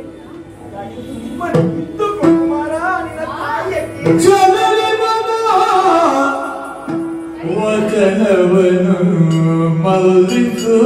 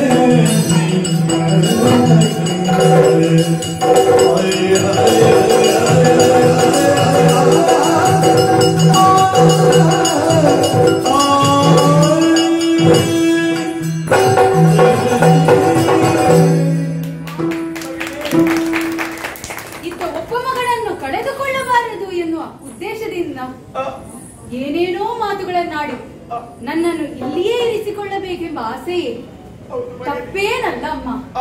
ಆದರೆ ನೀನೇ ಆಲೋಚಿಸು, ಇದು ಸರಿಯೇ ಹೇಳು? ಯಾಕೆ ಸರಿಯಲ್ಲ? ನನ್ನ ಬಾಲಪಾಠವನ್ನು ನೀನೇ ಮಾಡಿದವಳು. ಏನು ಹೇಳಿದ್ದಿ ಆ ಕಾಲದಲ್ಲಿ? ಜನನಿ ಹಾಗೂ ಜನ್ಮಭೂಮಿಯು ಸ್ವರ್ಗಕ್ಕಿಂತಲೂ ಮಿಗಿಲು ಮಗನೇ. ಸತ್ಯ. ಯಾವುದೇ ಕಾರಣಕ್ಕೂ ಇವೆರಡನ್ನು ಬಿಟ್ಟುಕೊಳ್ಳಬಾರದು. ಎಷ್ಟೇ ಕಷ್ಟ ಬಂದರೂ ಎದುರಿಸಿ ನಿಲ್ಲಬೇಕು. ನಾಟಕವಾಗಿ ನೀನೇ ಆಡಿದವಳು. ಸತ್ಯ. ಈ ಕಾಲಕ್ಕೆ ನನ್ನ ಜನ್ಮಭೂಮಿಯಾದಂತಹ ಈ ಲಂಕೆಗೆ ಕಷ್ಟ ಪರಿಸ್ಥಿತಿ ಒದಗಿ ಬಂದಿದೆ. ಯೋಧನಾಗಿ ನನ್ನ ಕರ್ತವ್ಯವದು. ತಾಯಿಗೆ ಬಂದ ಕಷ್ಟವನ್ನು ಮಗನಾದವನು ಪರಿಹರಿಸಬೇಕು. ನಿನಗೆ ಏನಾದರೂ ಕಷ್ಟ ಬಂದರೆ ನನ್ನಲ್ಲಿ ಹೇಳಿಕೊಳ್ಳುವವಳು ನೀನು. ಆದರೆ ಈ ಲಂಕೆಯ ಮಣ್ಣು ಸದಾ ಇಡುತ್ತಾ ನನ್ನ ಕಷ್ಟವನ್ನು ಪರಿಹರಿಸುವುದಕ್ಕೆ ಯಾರೂ ಇಲ್ಲವೇ ಎಂದು ಅಂಗಲಾಚುತ್ತಾ ಇರುವಾಗ ಅದನ್ನು ಕೇಳಿಯೂ ಸುಮ್ಮನಿರುವುದಕ್ಕೆ ನಿನ್ನ ಮಗನಿಂದ ಸಾಧ್ಯವೇ? ಖಂಡಿತವಾಗಿಯೂ ಸಾಧ್ಯವಿಲ್ಲ. ಅಮ್ಮ, ಈ ನನ್ನ ಜನ್ಮಭೂಮಿಗೆ ಕಷ್ಟವನ್ನು ಬಂದು ಒದಗಿದೆ. ಹಿರಿಯಯ್ಯನ ಆಜ್ಞೆಯೂ ಆಗಿದೆ. ಈ ಕಾಲಕ್ಕೆ ನಾನು ಹೋಗಬೇಕು. ನಶ್ವರವಾದದ್ದು ಈ ಶರೀರ. ಆತ್ಮ ಎನ್ನುವುದು ಮೋಕ್ಷವನ್ನು ಬಯಸುವುದು. ಸತ್ಯ. ನಾಲಿಗೆ ಇದ್ದರೂ ದೇವರ ನಾಮಸ್ಮರಣೆಯನ್ನು ಮಾಡದ ನಾಲಿಗೆ ಆತಕ್ಕೆ ಬೇಕು. ಧರ್ಮವನ್ನು ಚಿಂತಿಸದ ಮನಸ್ಸು ಯಾರಿಗೆ ಬೇಕು? ಮೋಕ್ಷವನ್ನು ಕಾಮಿಸದ ಹೃದಯ ಯಾರಿಗೆ ಬೇಕು? ಈ ಕಾಲಕ್ಕೆ ಆ ಮೋಕ್ಷವನ್ನು ಕಾಮಿಸಿ ರಾಮನೊಡನೆ ಹೋರಾಟಕ್ಕೆ ಇಳಿದವನಿದ್ದೇನೆ. ನನ್ನನ್ನು ತಡೆಯಬೇಡ ತಾಯಿ. ಉಂಡ ಉತ್ಪನ್ನದ ಋಣವನ್ನು ತೀರಿಸುವುದಕ್ಕೆ ಇದು ಸದಾವಕಾಶ. ತಂದೆ ಇದಿರಿನಲ್ಲಿ ಅರಿಗೆ ಮಿಗಿಲೆನಿಸುವ ತರದಿ ಮಗನೇ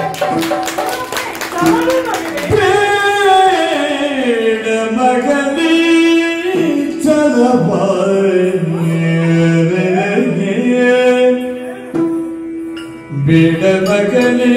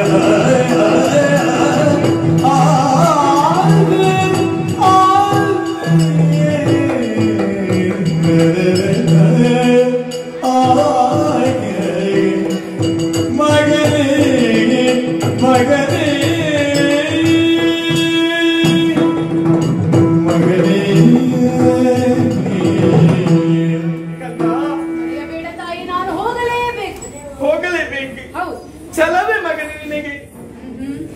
ಈ ಛಲ ಸರಿಯೇ ಮಗನೇ? ಯಾಕೆ ತಪ್ಪು? ಸಣ್ಣ ಮಗುವೊಂದು ತನ್ನ ತಾಯಿಯಲ್ಲಿ ಆಕಾಶದಲ್ಲಿರುವಂತಹ ಚಂದ್ರಮ ಬೇಕು ಅಂತ ಕೇಳಿದ್ರೆ ಅದು ಹಠ ಮಗನೇ. ಬೆಳೆದು ದೊಡ್ಡವನಾದಂತಹ ಅದೇ ಮಗು ಮತ್ತೊಮ್ಮೆ ಆ ಚಂದ್ರ ನನಗೆ ಬೇಕೇ ಬೇಕೆನ್ನುವುದಾಗಿ ಹೇಳಿದ್ರೆ ಅದು ಛಲ ಮಗನೇ.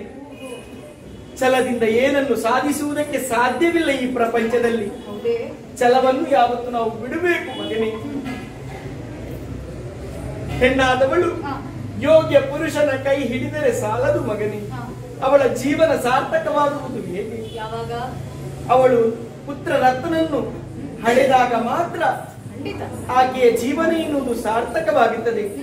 ಅಷ್ಟು ಮಾತ್ರವಲ್ಲ, ಹೆಣ್ಣಾದವಳಿಗೆ ಯೌವನದಲ್ಲಿ ತಂದೆ ತಾಯಿಯರ ಅಧೀನ, ಮದುವೆಯಾದ ಬಳಿಕ ಗಂಡನ ಅಧೀನ, ಹುಬ್ಬಿನಲ್ಲಿ ಮಕ್ಕಳ ಅಧೀನವಂತೆ ನಾನು ಬಯಸುವುದು ಏನು? ನನ್ನ ಕಾಲವು ಮುಗಿದ ಬಳಿಕ ನಿನ್ನ ಹೆಗಲೇರಿ ನನ್ನ ಶವಯಾತ್ರೆ ಸ್ಮಶಾನವನ್ನು ಸೇರಿದೆ ಅಂತಾದರೆ ಈ ಸರಣಿಯ ಜೀವನ ಎನ್ನುವುದು ಸಾರ್ಥಕವಾಗುತ್ತದೆ ಮಗನೇ. ಆ ಭಾಗ್ಯದಿಂದ ವಂಚಿತರಾಗುತ್ತೇನೆ ಎನ್ನುವುದಕ್ಕೆ ಈ ರೀತಿಯಾಗಿ ಸ್ವಾರ್ಥದ ನುಡಿಗಳನ್ನು ಆಡಿಬಿಟ್ಟೆ ಮಗನೇ. ನೀನು ಹೋಗು ಬೇಡ.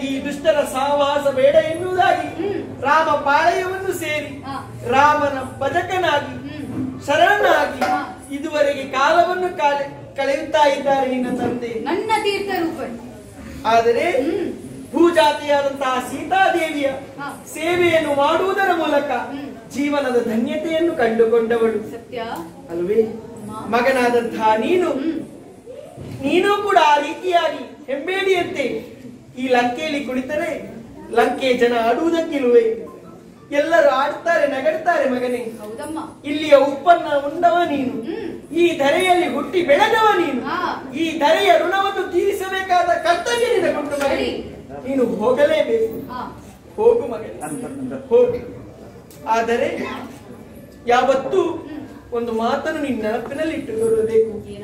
ತತ್ವಮಸಿ ನೀನು ರಾಮನಲ್ಲಿ ನೀನಾಗಿ ಯುದ್ಧವನ್ನು ಮಾಡಬೇಕು. ತದನಂತರ ರಾಮನನ್ನು ಸೇರಬೇಕು ಮಗನೇ. ನಾನು ನಿನ್ನನ್ನು ಆರೈಸಿ ಕಳಿಸುತ್ತೇನೆ ಮಗನೇ. ಕೊನೆಯದಾಗಿ ಆರತಿಯನ್ನು ಬೆಳಗಿ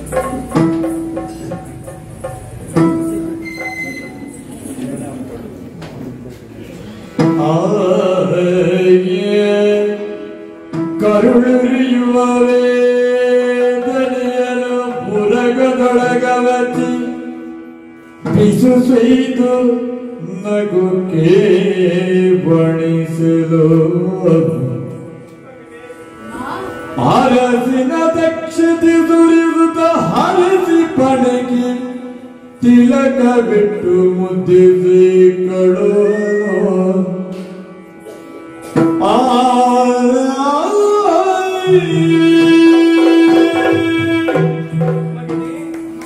ಮಂಗಳಾರತಿಯನ್ನು ಬೆಳಗಿದ್ದೇನೆ. ಸೇಸಿಯನ್ನು ನನಗೆ ನಿನಗಿಟ್ಟಿದ್ದೇನೆ. ಹೋಗುವಂತಹ ನಡೆಯಲ್ಲಿ ಯಾವುದೇ ತಡೆಬಾರಬಾರದು. ನೇರವಾಗಿ ಸೇರಿ ಒಂದು ವೇಳೆ ನೀನು ರಾಮನಲ್ಲಿ ಗೆದ್ದೆ ಅಂತಾದರೆ ನಿನಗೆ ಕರೆಯಂಗನೆಯ ಸಾನ್ನಿಧ್ಯ, ಒಂದು ವೇಳೆ ಸೋತರೆ ಅದುವೇ ನಿನಗೆ ಸುರಾಂಗನೆಯ ಸಾನ್ನಿಧ್ಯ ಮಗನೇ. ಮಗನೇ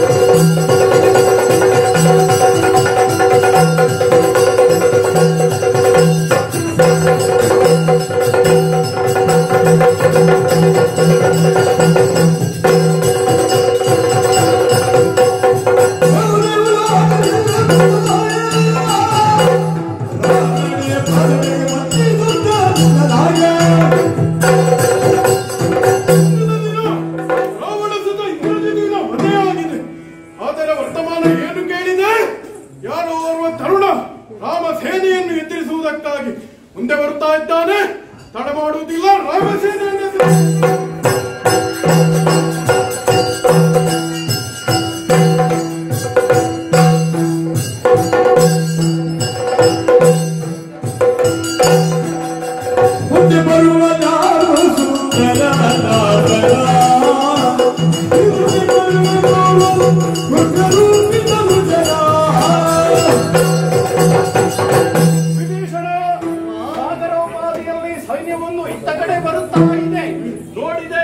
ಆ ಸೈನ್ಯದಲ್ಲಿ ಸೂರ್ಯ ಸಮಾನನಾದಂತಹ ತರುಣನೊಬ್ಬ ಸೇನೆಗೆ ಉತ್ಸಾಹವನ್ನು ಕೊಡುತ್ತಾ ಇತ್ತ ಕಡೆ ಬರುತ್ತಾ ಇದ್ದಾನೆ. ಈವರೆಗೆ ಬಂದಂತಹ ದಾನವರನ್ನು ನಮಗೆ ಪರಿಚಯಿಸಿದವನು ನೀನು. ಹಾಗಾಗಿ ನಿನ್ನಲ್ಲಿ ಕೇಳ್ತಾ ಇದ್ದೇನೆ, ಯಾರು ಆ ತರುಣ? ನೋಡಿ ಹೇಳ್ತೇನೆ.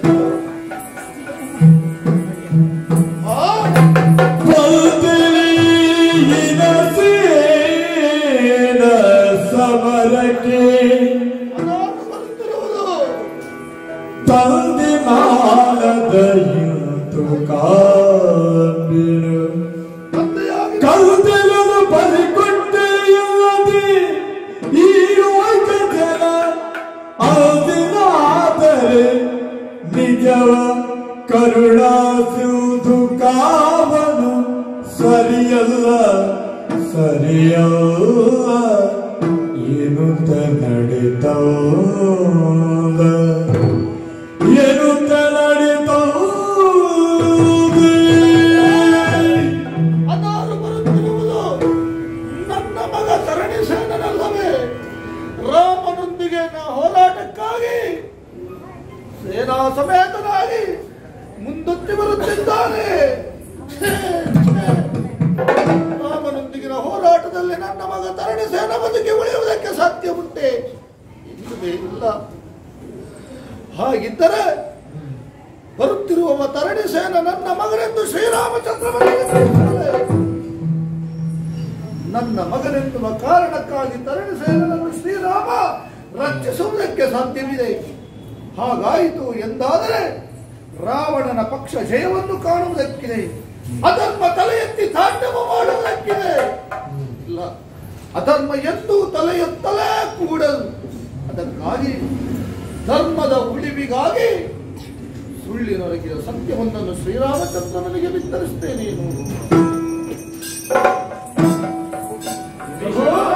ದೇವಕೀಳು ರಾಮಚಂದ್ರ ಗುಣಕಜಂಬಕಾಗೆ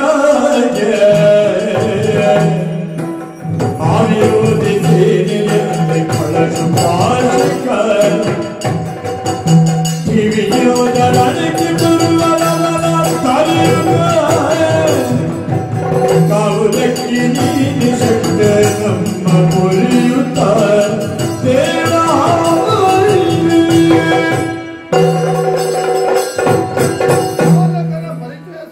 ಪ್ರಭು ಸಿಕ್ಕಿದೆ ವಿಭೀಷಣ. ಅವನ ಹೆಸರು ತರಣಿಸೇನ ಎನ್ನುವ ಹಾಗೆ. ಓಹೋ, ಆತ ರಾವಣನಿಗೆ ಏನಾಗಬೇಕು? ರಾವಣನಿಗೆ ಅವ ಸಾಕು ಪುತ್ರ ಸ್ವಾಮಿ. ಹಾಗಾದ್ರೆ ನಿನಗೆ ನನಗೂ ಸಾಕು ಪುತ್ರನಾದಂತಾಯಿತಲ್ಲವೇ ಪ್ರಭು? ಓಹೋ, ಹಾಗಾದ್ರೆ ರಾವಣನಿಗೆ ಪುತ್ರನೇ ಸಾಕೆಂದೆನ್ನಿಸಿರಬಹುದು. ಇಲ್ಲವಾದಲ್ಲಿ ಆ ತರುಣನನ್ನು ಯುದ್ಧಕ್ಕೆ ಕಳುಹಿಸಿಯಾನು ಹೇಳು. ಪ್ರಭು, ಆತ ತರುಣನಾದರೂ ಬಲು ವಿಕ್ರಮಿಯಾಗಿದ್ದಾನೆ. ಅತುಲ ಪರಾಕ್ರಮಿಯಾಗಿದ್ದಾನೆ. ಅವನಲ್ಲಿ ಹೋರಾಡುವ ಬಗ್ಗೆ ನಾವು ಸ್ವಲ್ಪ ಆಲೋಚಿಸಿ ಮುನ್ನಡೆಯನ್ನು ಇಡಬೇಕಾಗುತ್ತದೆ. ಹಾಗಾದ್ರೆ ಅವನಲ್ಲಿ ಹೋರಾಡುವವರು ನಮ್ಮಲ್ಲಿ ಯಾರಿದ್ದಾರೆ? ಅಗ್ರಜ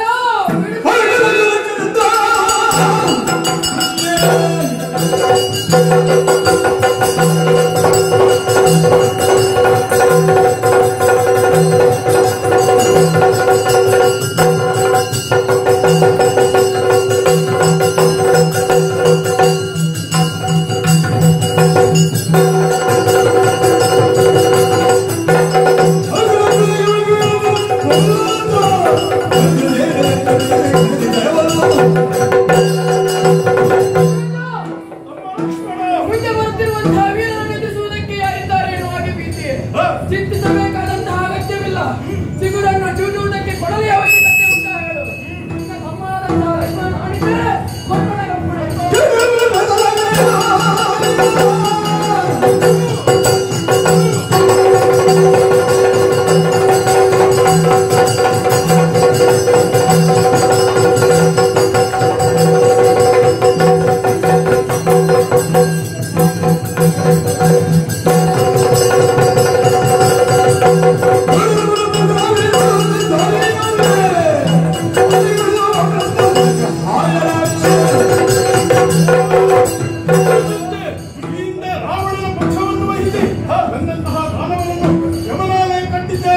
ಬಂದಂತಹ ತರುಣ ಯಾವನೇ ಇದ್ದರು ಅವನನ್ನು ನಾವು ಹೆಣೆಮರಿಕೊಟ್ಟಿದ್ದೇವೆ.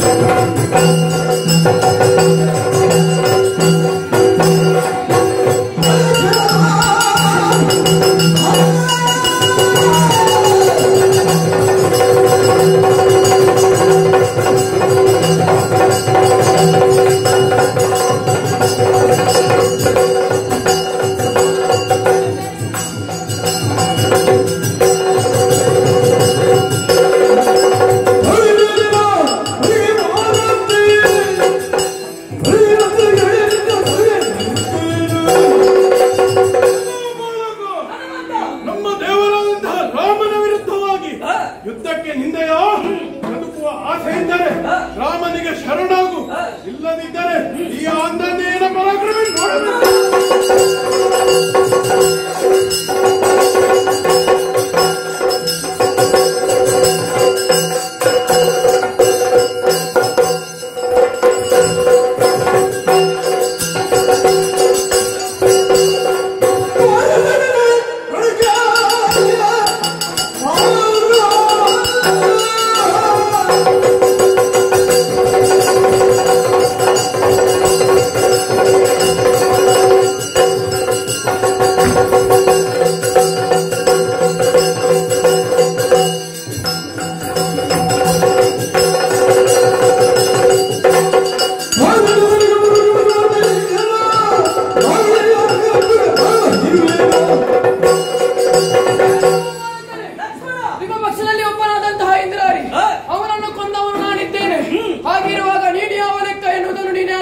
ಬದುಕುವಂತ ಆಸೆ ಉಂಟು ನಡೆಯಿದೆ.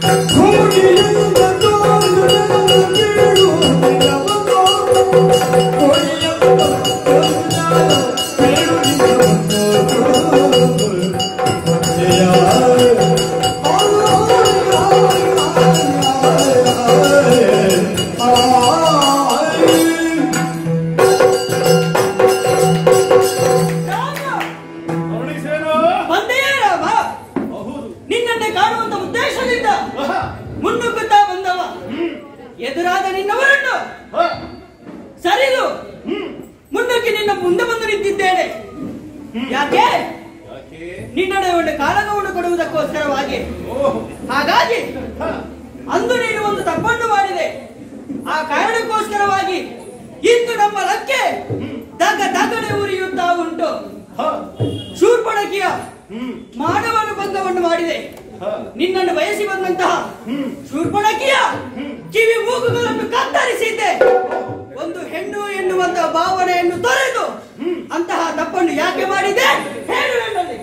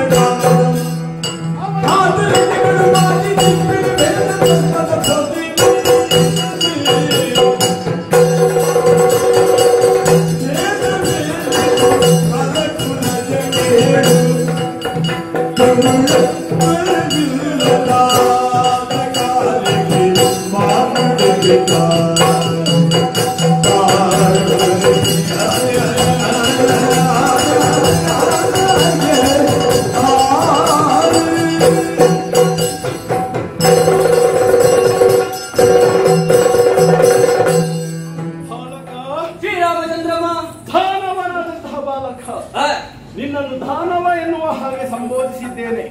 ಯಾಕೆ ಬಲ್ಲೆಯ? ಯಾಕೆ? ರಾವಣನ ಪಕ್ಷಪಾತಿಯಾಗಿ ನೀನು ಬಂದವ. ಹಾಗೆಂದು ನಿನ್ನನ್ನು ಕಾಣುವಾಗ ನಿನ್ನ ನುಡಿ ನಡೆ ಭಾವಗಳನ್ನು ಕಂಡಾಗ ನೀನು ಸುಸಂಸ್ಕೃತನಿದ್ದಿ ಎನ್ನುವುದರಲ್ಲಿ ಸಂಶಯವಿಲ್ಲ. ಸತ್ಯ. ಈಗ ಬಂದವನೇ ನೀನು ನನ್ನಲ್ಲಿ ಪ್ರಶ್ನೆಯನ್ನು ಕೇಳುತ್ತಾ ಇದ್ದಿ. ಈ ಹಿಂದೆ ಬಂದಂತಹ ದಾನವರು ಇದೇ ರೀತಿ ನನ್ನಲ್ಲಿ ಪ್ರಸ್ತಾವಿಸಿದ್ದರು. ಹಾಗಾಗಿ ನಿನಗೂ ಕೂಡ ಉತ್ತರಿಸಬೇಕಾದ್ದು ನನ್ನ ಕರ್ತವ್ಯವೇ ಸರಿ.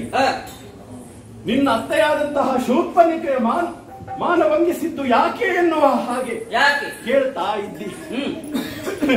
ಅವಳು ಮಾನವಂತೆ ಅಲ್ಲವಯ್ಯ. ಮತ್ತೆ ಅವಳು ಪುರುಷಾಕ್ರಮಣವನ್ನು ಮಾಡುವುದಕ್ಕೆ ಮುಂದಾದ ಕಾಲಕ್ಕೆ ಧರ್ಮ ಸೂಕ್ಷ್ಮವನ್ನು ತಿಳಿದಂತಹ ನಾನು ಅವಳಿಗೆ ಶಿಕ್ಷೆಯನ್ನು ಕೊಟ್ಟಿದ್ದೇನೆ. ನೀನು ಇನ್ನು ಬಾಲಕನಿದ್ದಿ. ಆ ಧರ್ಮ ಸೂಕ್ಷ್ಮಗಳು ನಿನಗೆ ತಿಳಿಯುವುದಕ್ಕಿಲ್ಲ. ಎಳೆಯ ಬಾಲಕನಾದಂತಹ ನೀನು ಯುದ್ಧಕ್ಕೆ ಬಂದಿದ್ದೀಯಲ್ಲ, ಯಾಕೆ ಈ ಸಮರ? ನೀನಿನ್ನು ಬಾಳಿ ಬೆಳಗಬೇಕಾದವನು. ಹಾಗಾಗಿ ಹೇಳ್ತಾ ಇದ್ದೇನೆ, ಶರಣು ಬಾ, ನಿನ್ನನ್ನು ನಾನು ಬರೆಯುತ್ತೇನೆ. ರಾಮ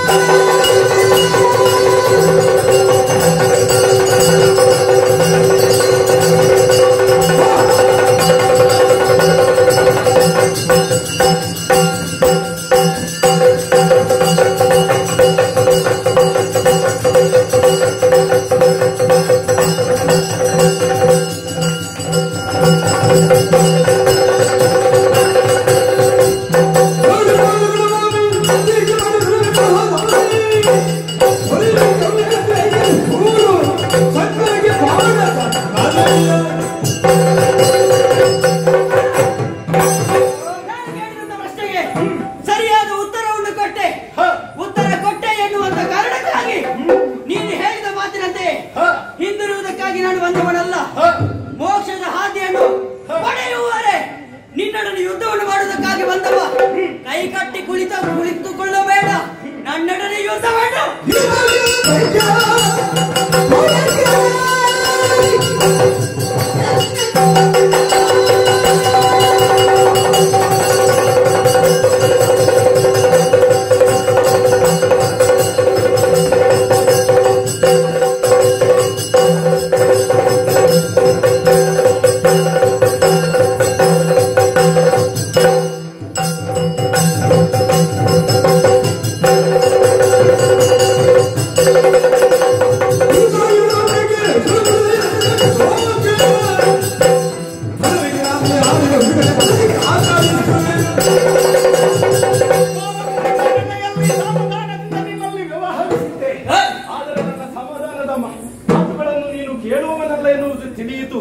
ಹಿರಿಯರೊಡನೆ ಹಠ ಮಾಡಿ ರಣದಲ್ಲಿ ಹರಣವನ್ನು ಕಳೆದುಕೊಳ್ಳಬೇಡ. ಇನ್ನು ಮುಂದೆ ಬಂದಂತಾದ್ರೆ ನನ್ನ ಬಾಣಗಳಿಗೆ ಬಲಿಯಾಗಬೇಕಾದಿತ್ತು. ಜಾಗ್ರತೆ.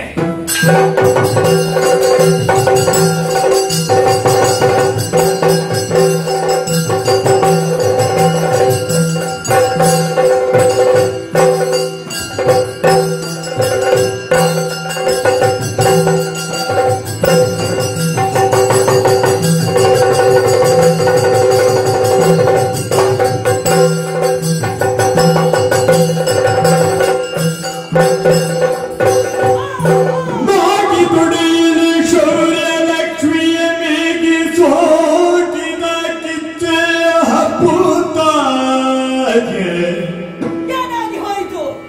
ಸೋಗು ಸುಡುತ್ತಿದೆ ಕಾಲ ಕರ್ಮವ ಮೀರಲರಿದನಕ್ಕೆ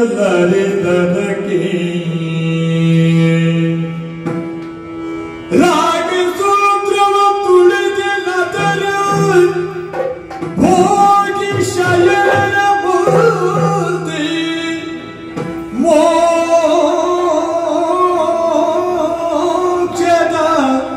ಭೋಗಿ ತಾನಹಿನಿದು ಬ್ರಹ್ಮಾಸ್ತ್ರವನ್ನು ಕೈಗೊಂಡ ಮಾಗಿದೊಡೆಯನ ಶೌರ್ಯ ಲಕ್ಷ್ಮಿಯ ಮೇಗೆ ಸೋಕಿದ ಕಿಚ್ಚ ಹಬ್ಬುತ್ತ ಆಯ್ ಆಯ್ ಆಯ್ ಆಯ್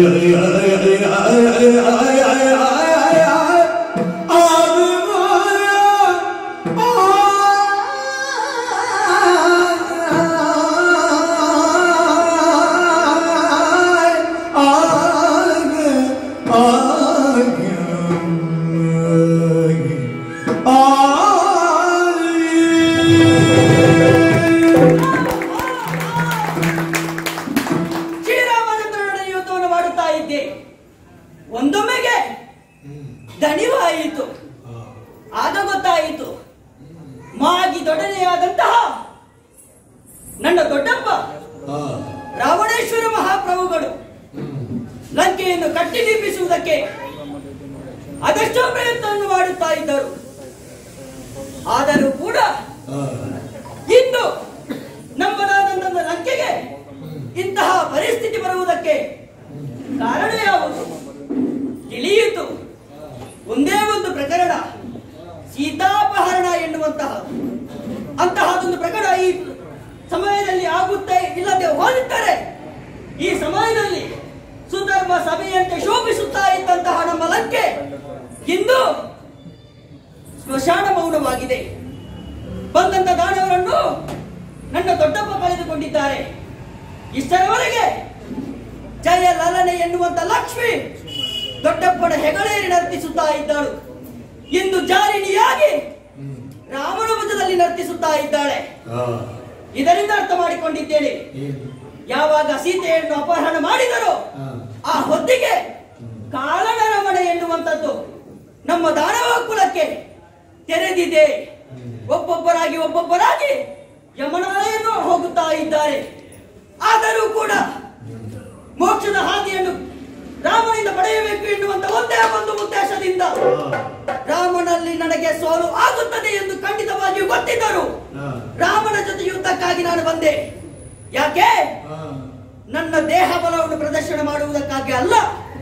ನನ್ನ ತಂದೆಯವರು ರಾಮನ ಬಳಿ ಕೇಳಿಕೊಂಡರಂತೆ, ನಾನು ನಿನ್ನ ಚರಣ ಸೇವಕ ಎನ್ನುವ ಹಾಗೆ. ನಾನು ಹಾಗಲ್ಲ, ಭಕ್ತಿಯ ಮುಖೇನ ಅಲ್ಲ, ನಾನು ಶಕ್ತಿಯ ಮುಖೇನ ರಾಮನಲ್ಲಿ ಹೋರಾಡಿ ಮೋಕ್ಷವ ಧಾಮವನ್ನು ಸೇರುತ್ತೇನೆ. ಅದಕ್ಕಾಗಿ ಇದೇ ಎಲ್ಲ ಬತ್ತಲಿಕೆಯಲ್ಲಿ ಬ್ರಹ್ಮಾಸ್ತ್ರ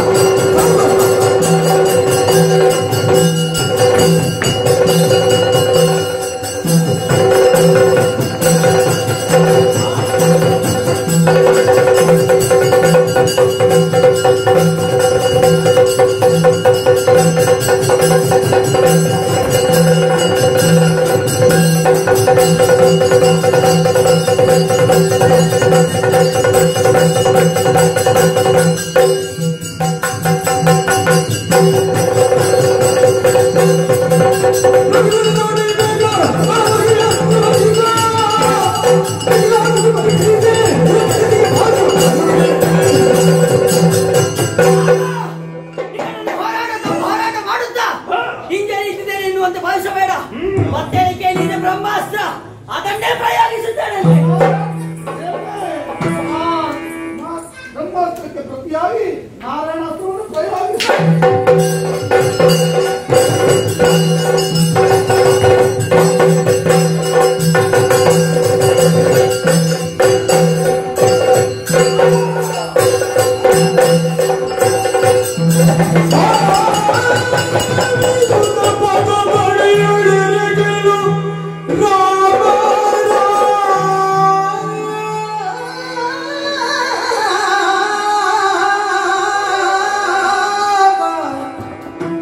ರಾಮವಿಲ್ದಿರಡು ಕೈಯು ಬಿತ್ತಿ ಪೊರಡಿದೆನು ಮಕ್ಕಳ ಮಣಿ ಚಿಂತಾಮಣಿ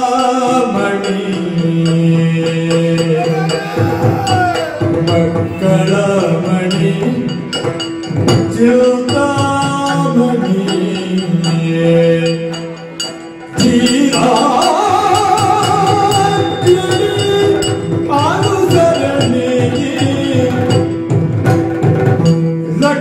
ಸಜನಗೆ ತಗಿನಿ ಮುಗಿಸುತ್ತ ಭಕ್ತಿ ಭವನಿಗಳು ತಕ್ಕ ಸಜನೆ ತಗಿನಿ ಮುಗಿಸುತ್ತ ಭಕ್ತಿ ಭವನಿಗಳು ದುಃಖ ಭವಾದೆ ಅದ್ಭುತ ಏನು ನೆನಪೋಪರೆ ಬೇಡು ಮಕ್ಕಳ ಅಗ್ನಿ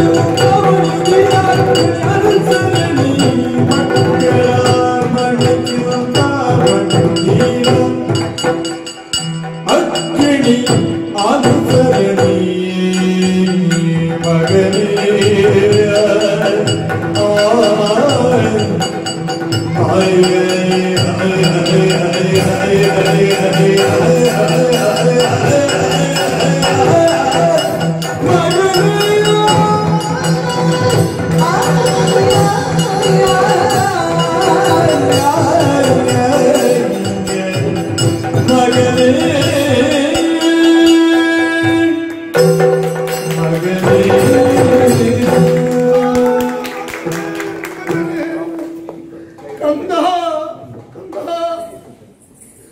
ರಾಮನೊಂದಿಗಿನ ಹೋರಾಟದಲ್ಲಿ ಪ್ರಾಣವನ್ನು ಕಳೆದುಕೊಂಡೆಯ ಮಗನೇ ಕಂದ.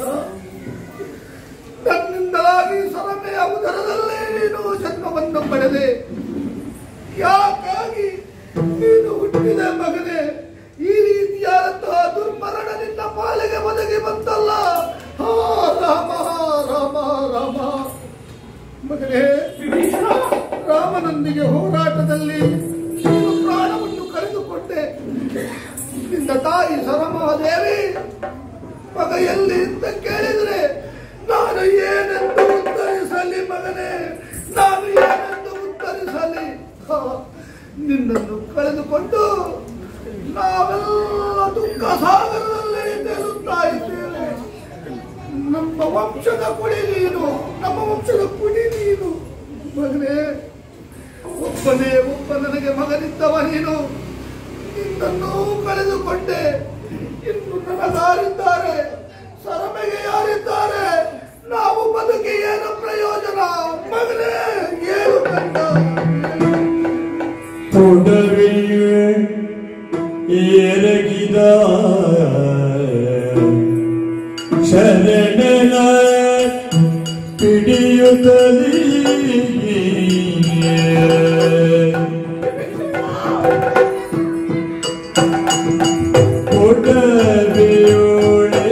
ಕೊಡವೆಯೋಳೆರಗಿರುವ ಶರಣನ ಪಿಡಿಯುತ್ತಲೀ ಕಡುಮೋಹದಿಯೇ ನುಡಿದ ಎಲ್ಲರೂ ಜಲಿಗೆಲಿ ನೋಡಿರು ನುಡಿದ ಎಲ್ಲರೂ ಜಲಿಗೆಲಿ ಮಾಡಿರು ಸತ್ಯದ ಮಾತಿದು ಸತ್ಯದ ಮಾತಿದು ದೃಢವೇ ನಂಬುವುದು ಶರಣಾಗಿ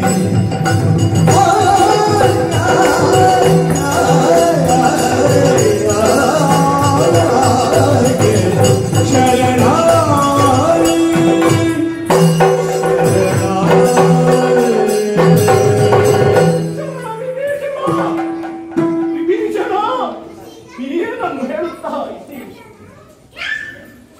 ಮಾಡಿದಂತಹ ರಣಸೇನನ ಮೇಲೆ ಕುಳಿತು ಹಾಡುತ್ತಾ ಇರುವೆಯಲ್ಲ, ಕಾರಣ ಉಂಟು ಸ್ವಾಮಿ. ಯಾಕೆ? ನಾನು ಸುಳ್ಳನ್ನಾಡಿದೆ. ಸುಳ್ಳನ್ನಾಡಿದೆಯಾ? ತರಣಿಸೇನ ನನ್ನ ಸ್ವಂತ ಮಗನಾದ್ರು ನಾನು ನನ್ನ ಸಾಕು ಮಗನೆಂದು ಸುಳ್ಳು ಹೇಳಿದೆ ಪ್ರಭು. ಶರಣು, ಏನು ಮಾಡಿಬಿಟ್ಟೆ ವಿಭೀಷಣ? ಏನು ಮಾಡಿಬಿಟ್ಟೆ?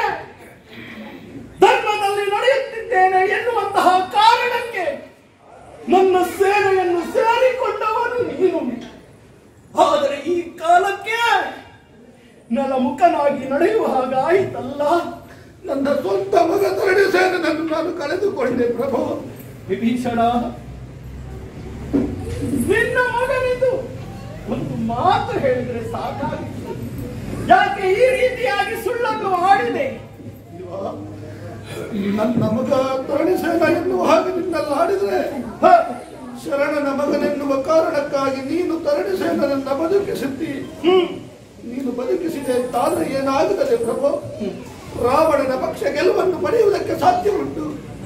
ಆವಾಗ ಅಧರ್ಮವೇ ತಾಂಡವವಾಡುವುದಕ್ಕಿಲ್ಲವೇ? ಅಧರ್ಮ ಉಳಿಯುವುದಕ್ಕಿಂತ ನನ್ನ ಮಗ ಅಳೆದು ಹೋಗಲಿ ಎನ್ನುವ ನಿರ್ಧಾರಕ್ಕೆ ನಾನು ಬಂದೆ ಪ್ರಭು. ಧರ್ಮ ರಕ್ಷಣೆಗಾಗಿ ಈ ರೀತಿಯಾಗಿ ಮಾಡಿದೆಯ ವಿಭೀಷಣ? ನಿನ್ನ ಮಗನಿಗೆ ತನ್ನ ಆಯುಧದಿಂದ ಘಾಸಿಗೊಳಿಸುವಂತಹ ಸಂದರ್ಭದಲ್ಲಿ ಸ್ವಂತ ತಂದೆಯಾದ ನೀನು ಹೇಗೆ ಸಹಿಸಿಕೊಂಡೆ ವಿಭೀಷಣ? ಹೇಗೆ ಸಹಿಸಿಕೊಂಡೆ? ಇರಲಿ, ವಿಧಿ ಬರಹವನ್ನು ಯಾರಿಂದಲೂ ಬದಲಾಯಿಸುವುದಕ್ಕೆ ಸಾಧ್ಯವಿಲ್ಲ. ನಿನ್ನ ಮಗನಾದಂತಹ ತರಣಿಸೇನನ ಮರಣವು ನನ್ನಿಂದ ಎನ್ನುವುದು ವಿಧಿ ಬರಹವಾಗಿತ್ತು ಏನು? ಇರಲಿ, ಅವನಿಗೆ ಮೋಕ್ಷವನ್ನು ನಾನು ಕರುಣಿಸುವುದಕ್ಕಿದ್ದೇನೆ. ಧನ್ಯನಾದೆ ಪ್ರಭು. ಸೂರ್ಯ ಚಂದ್ರರಿರುವ ತನಕ ಅವನ ಹೆಸರು ಶಾಶ್ವತವಾಗಿರುವುದಕ್ಕಿದೆ. ನನಗಿಷ್ಟು ಸಾಕು ಪ್ರಭು. ಇದು ನಿನ್ನ ಮೈಯನ್ನು ಸವರುತ್ತಾ ಇದ್ದೇನೆ. ನಿನ್ನ ಮನಸ್ಸಿಗಾಗಿರುವಂತಹ ಆಘಾತವೆಲ್ಲವೂ ಈಗ ಹೊರಟು ಹೋಗುತ್ತದೆ. ಪ್ರಭು, ವಿಭೀಷಣ, ನನ್ನ ಮಗ ಮೋಕ್ಷ ಮೋಹನರ ಸಾಲಿನಲ್ಲಿ ಸೇರಿದ ಎನ್ನುವಲ್ಲಿಗೆ ನಾನು ಧನ್ಯನಾದೆ. ಧನ್ಯನಾದೆ ಪ್ರಭು.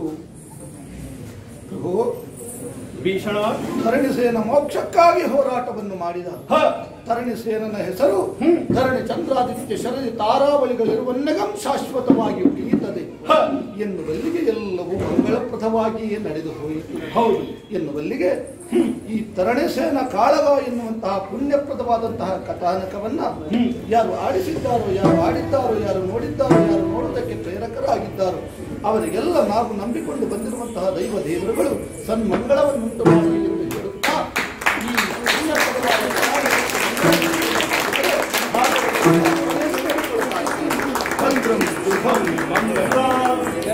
राम कथा बलु मधुर, श्री राम कथा बलु मधुर, राम कथा बलु मधुर,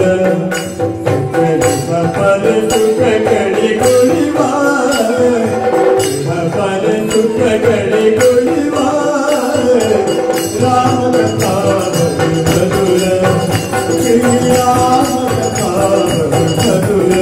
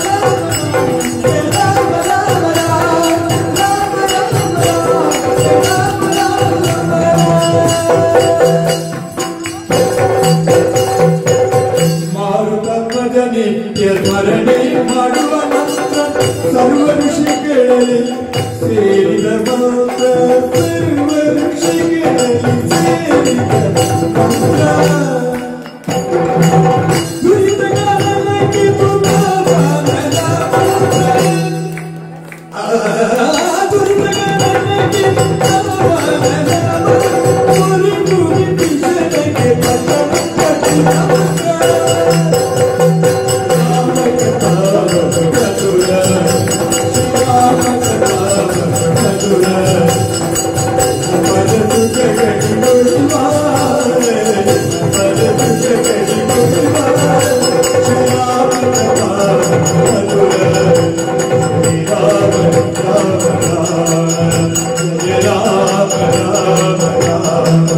Ram